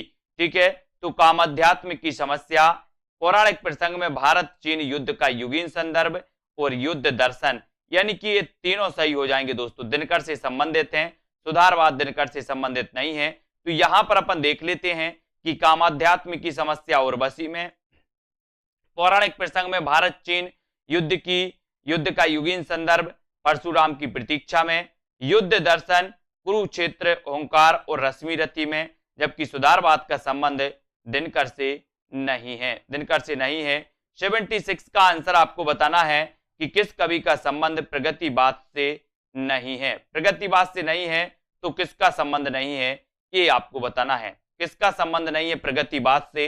रामधरस मिश्र का है, त्रिलोचन का है, मुक्तिबोध या फिर दोस्तों नागार्जुन? किसका नहीं है पूछा गया। सभी लोग एक बार लाइक जरूर करेंगे, लाइक आपको जरूर करना है साथियों। ठीक है, आप एक बार लाइक करते हो, है ना, और एक क्लास आपके लिए दोस्तों कई बार आपको मिलने वाली है। ठीक है, और जिन भी साथियों ने अभी तक दोस्तों सब्सक्राइब किया है लेकिन बेल आइकन को नहीं दबाया, तो वो बेल आइकन को दबा दें, जिससे नोटिफिकेशन आपके पास हमेशा के लिए पहुंचेगा, रोज पहुंचेगा। जो भी क्लास होंगी उनका नोटिफिकेशन पहुंचेगा। ठीक है, तो अब किस कवि का संबंध प्रगतिवाद से नहीं है, तो बोले सर किस कवि का पूछा है, तो रामदरस मिश्र का नहीं है, यानी कि ये नंबर त्रिलोचन का तो है, मुक्तिबोध है, नागार्जुन भी है, ठीक है। तो एक नंबर आपका सही हो जाता है। यहां पर रामदरस मिश्र का संबंध प्रगतिवाद से नहीं है, जबकि मुक्तिबोध, त्रिलोचन तथा नागार्जुन प्रगतिवाद के कवि माने जाते हैं। अगला क्वेश्चन है, फूल नहीं रंग बोलते हैं किसका काव्य संग्रह है, बताइए। फूल नहीं रंग बोलते हैं, ये बताना है। केदारनाथ अग्रवाल, नागार्जुन, त्रिलोचन शास्त्री या फिर रघुवीर सहाय। फूल नहीं रंग बोलते यानी कि 77 का आंसर हमें चयन करना है और आपका बिल्कुल सही आंसर हो जाता है फूल नहीं रंग बोलते हैं। उत्तर चला जाता है केदारनाथ अग्रवाल, फूल नहीं रंग बोलते हैं, यानी कि आपका जो एक नंबर है, ए नंबर है, वो बिल्कुल सही है। फूल नहीं रंग बोलते हैं ये केदारनाथ अग्रवाल का प्रमुख काव्य संग्रह है ना। युग की गंगा और दोस्तों मार प्यार की थापें, आग का आईना, अकाल और उसके बाद नागार्जुन की एवं ताप के ताए हुए दिन त्रिलोचन शास्त्री की रचना है। इनको हमें याद रख लेना है, ठीक है। और रघुवीर सहाय आत्महत्या के विरुद्ध के रचनाकार कौन है, तो रघुवीर सहाय। आत्महत्या के विरुद्ध के रचनाकार कौन है, रघुवीर सहाय, ठीक है। इनको याद रख लेना। अगला क्वेश्चन यहां पर बताना है दोस्तों, युग की गंगा किसकी रचना है, युग की गंगा किसकी रचना है। चार विकल्प हैं हमारे सामने, युग की गंगा के रचनाकार आपको चयन करना है। इसके रचनाकार कौन है, केदारनाथ से हैं, केदारनाथ अग्रवाल, केदारनाथ मिश्र प्रभात या फिर रामेश्वर शुक्ल, बताइए युग की गंगा के रचनाकार कौन है। सभी लोग लाइक जरूर कर दें, एक बार लाइक सभी लोग किया करें दोस्तों। युग की गंगा किसकी रचना है ये आपको बताना है। और जिन भी साथियों ने अभी तक सेल्फ स्टडी क्लासेस का दोस्तों क्या नहीं किया है ना, हाँ अलग अलग कवि हैं, केदारनाथ अग्रवाल अलग हैं, केदारनाथ से हैं अलग हैं, ठीक है। तो यहां पर याद रख लेना कि युग की गंगा किसकी रचना है। युग की गंगा दोस्तों इसके रचनाकार हैं केदारनाथ अग्रवाल, ठीक है। सेल्फ स्टडी क्लासेस का ऐप जरूर डाउनलोड कर लो साथियों। केदारनाथ अग्रवाल यानी बी नंबर। युग की गंगा किसकी रचना है, केदारनाथ अग्रवाल की। युग की गंगा रचना के रचनाकार केदारनाथ अग्रवाल हैं, है ना। इसके अतिरिक्त फूल नहीं रंग बोलते हैं, आग का आईना ये पूछी गई रचना, आग का आईना के रचनाकार कौन है, तो आप क्या बताओगे। आग का आईना केदारनाथ अग्रवाल। गुल मेहंदी, नींद के बादल, है ना, ये सभी मानी जाती हैं। नींद के बादल भी केदारनाथ में, बोले सर नींद के बादल सो गए थे, है ना। और गुल मेहंदी भी इनकी रचना है केदारनाथ अग्रवाल जी की। और ये प्रगतिवादी श्रेष्ठ कवि माने जाते हैं केदारनाथ अग्रवाल, ठीक है। इतनी चीजें तो सभी को पता है। और केदारनाथ अग्रवाल किस काव्यधारा के कवि हैं ये आंसर आपको बताना है। सरल आंसर, प्रश्न भी सही है आपके लिए और उत्तर भी आपको बताना है, तब आपका बिल्कुल सही। केदारनाथ अग्रवाल किस काव्यधारा के कवि माने जाते हैं। उत्तर चला जाता है दोस्तों आपका कि सर केदारनाथ अग्रवाल की बात करते हो तो ये प्रगतिवादी चेतना, प्रगतिवादी काव्यधारा के ये कवि माने जाते हैं, ठीक है। अब यहां पर देखो केदारनाथ अग्रवाल प्रगतिवादी या प्रगतिवाद के प्रमुख कवि हैं। प्रगतिवाद के अन्य प्रमुख कवि में त्रिलोचन का याद रख लेना, नागार्जुन, ठीक है, और शिवमंगल सिंह सुमन। और दोस्तों ये शिवमंगल सिंह सुमन, नागार्जुन, त्रिलोचन ये सभी माने जाते हैं। अगला क्वेश्चन है कि निम्न में से कौन विशुद्ध राष्ट्रीय भावधारा का कवि नहीं है। विशुद्ध काव्य धारा बताना है तो सोहनलाल द्विवेदी, माखनलाल चतुर्वेदी, दिनकर या फिर नागार्जुन। प्रश्न क्रमांक 80, कौन विशुद्ध राष्ट्रीय काव्य धारा, राष्ट्रीय भावधारा का कवि नहीं है, कौन सा नहीं है ये आंसर आपको चयन करना है। 4 सेकंड है, सभी लोग बताएंगे, वीडियो को लाइक कर देंगे और दोस्तों अपने मित्रों तक शेयर जरूर कर दिया करें। ये रोज क्लास होती है 9 बजे। और जिन भी साथियों को अभी दोस्तों एडमिशन लेना है तो अभी भी मौका है, आप एडमिशन ले सकते हो, है ना। और यहां पर आपका उत्तर सी नंबर, ये नागार्जुन साहब जो हैं दोस्तों ये प्रगतिवादी काव्यधारा के कवि हैं। ये राष्ट्रीय भावधारा, राष्ट्रीय विशुद्ध राष्ट्रीय भावधारा के कवि नहीं माने जाते, है ना। और नागार्जुन राष्ट्रीय भावधारा के कवि नहीं है, बल्कि प्रगतिवादी या मार्क्सवादी विचारधारा के साथ साथ राजनीतिक कवि भी माने जाते हैं। जबकि सोहनलाल द्विवेदी, माखनलाल चतुर्वेदी, दिनकर ये राष्ट्रीय काव्यधारा के कवि हैं। आज का आपका चैलेंज प्रश्न है, अज्ञे ने